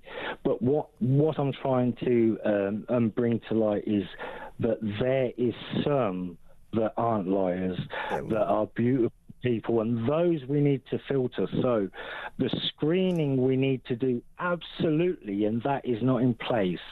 So we need to give those lovely, beautiful people a chance. If we would give them a chance, if there is a place for them. Yeah, well, there's not that. I mean, yeah, there's not that many of them. I mean, you know, but yeah, sure, absolutely, Dan. If they're genuine cases, they deserve our empathy. Thanks for the call, Dan. Call me again, Dan in Northampton. Very quickly, I think for a sort of slightly different take on all of this, Herbie in Harrow. Hi, Herbie. What would you like to say? Good evening, Kevin. What I'd like to say is, you was asking about, you know, do we need somebody that's got stamina to give us some idea where we're going? Yeah. We've got a spineless, backless party that does nothing for us in the UK whatsoever. They seem to recognise the rest of the world, but they don't seem to recognise the UK. We do need a Trump here. I know he may have his own weird and wonderful ways, but he says what he's going to do and he does it. Yeah. We say nothing and do nothing. It's as simple as that. Well, we're not hearing anything from them. It's been extraordinary to see Trump over the last week or so. I mean, you got to be slightly cautious here. I mean, what he's done in a very frenetic, active week is made a lot of announcements, and we've seen some kind of activity. You know, the first migrants being deported, the military being sent down to the southern border. So things are starting to happen. He's also laid off all the DEI stuff. So starting to happen, but we'll need more signs that it's all going to happen. But certainly he's doing something fairly new for a politician. He's saying he's going to do something and he's doing it. Exactly, Kevin. Look, our politicians say absolutely nothing other than trying to get the rest of the world to show how we're not right. Absolutely a joke. You know, our country, our people are suffering like nobody's business. And we haven't got a politician that's standing up for our own rights and for our interests. It's everybody else's interest other than... Absolutely. As Britain Britain last with this lot, Herbie. Herbie, listen, as always, great call. Call me again, but I've got to go because the show's about to end. Herbie in Harrow there, and here she is. It's Petri Hoskin. Hi, Petri. Hello there. You still faking my signature? Oh, yeah. Yeah. Look, folks, No, don't show it. This is me. The world's greatest doodler. He did. I doodle like a lunatic. I came in last week. I accidentally recreated her signal. Literally recreated exactly my signature. So I'm on to you now. Right, yeah, we're talking about the future of democracy when we learn that Gen Z would be in favour of turning their backs on democracy and having a dictator. And I think that's interesting timing given that it is Auschwitz commemoration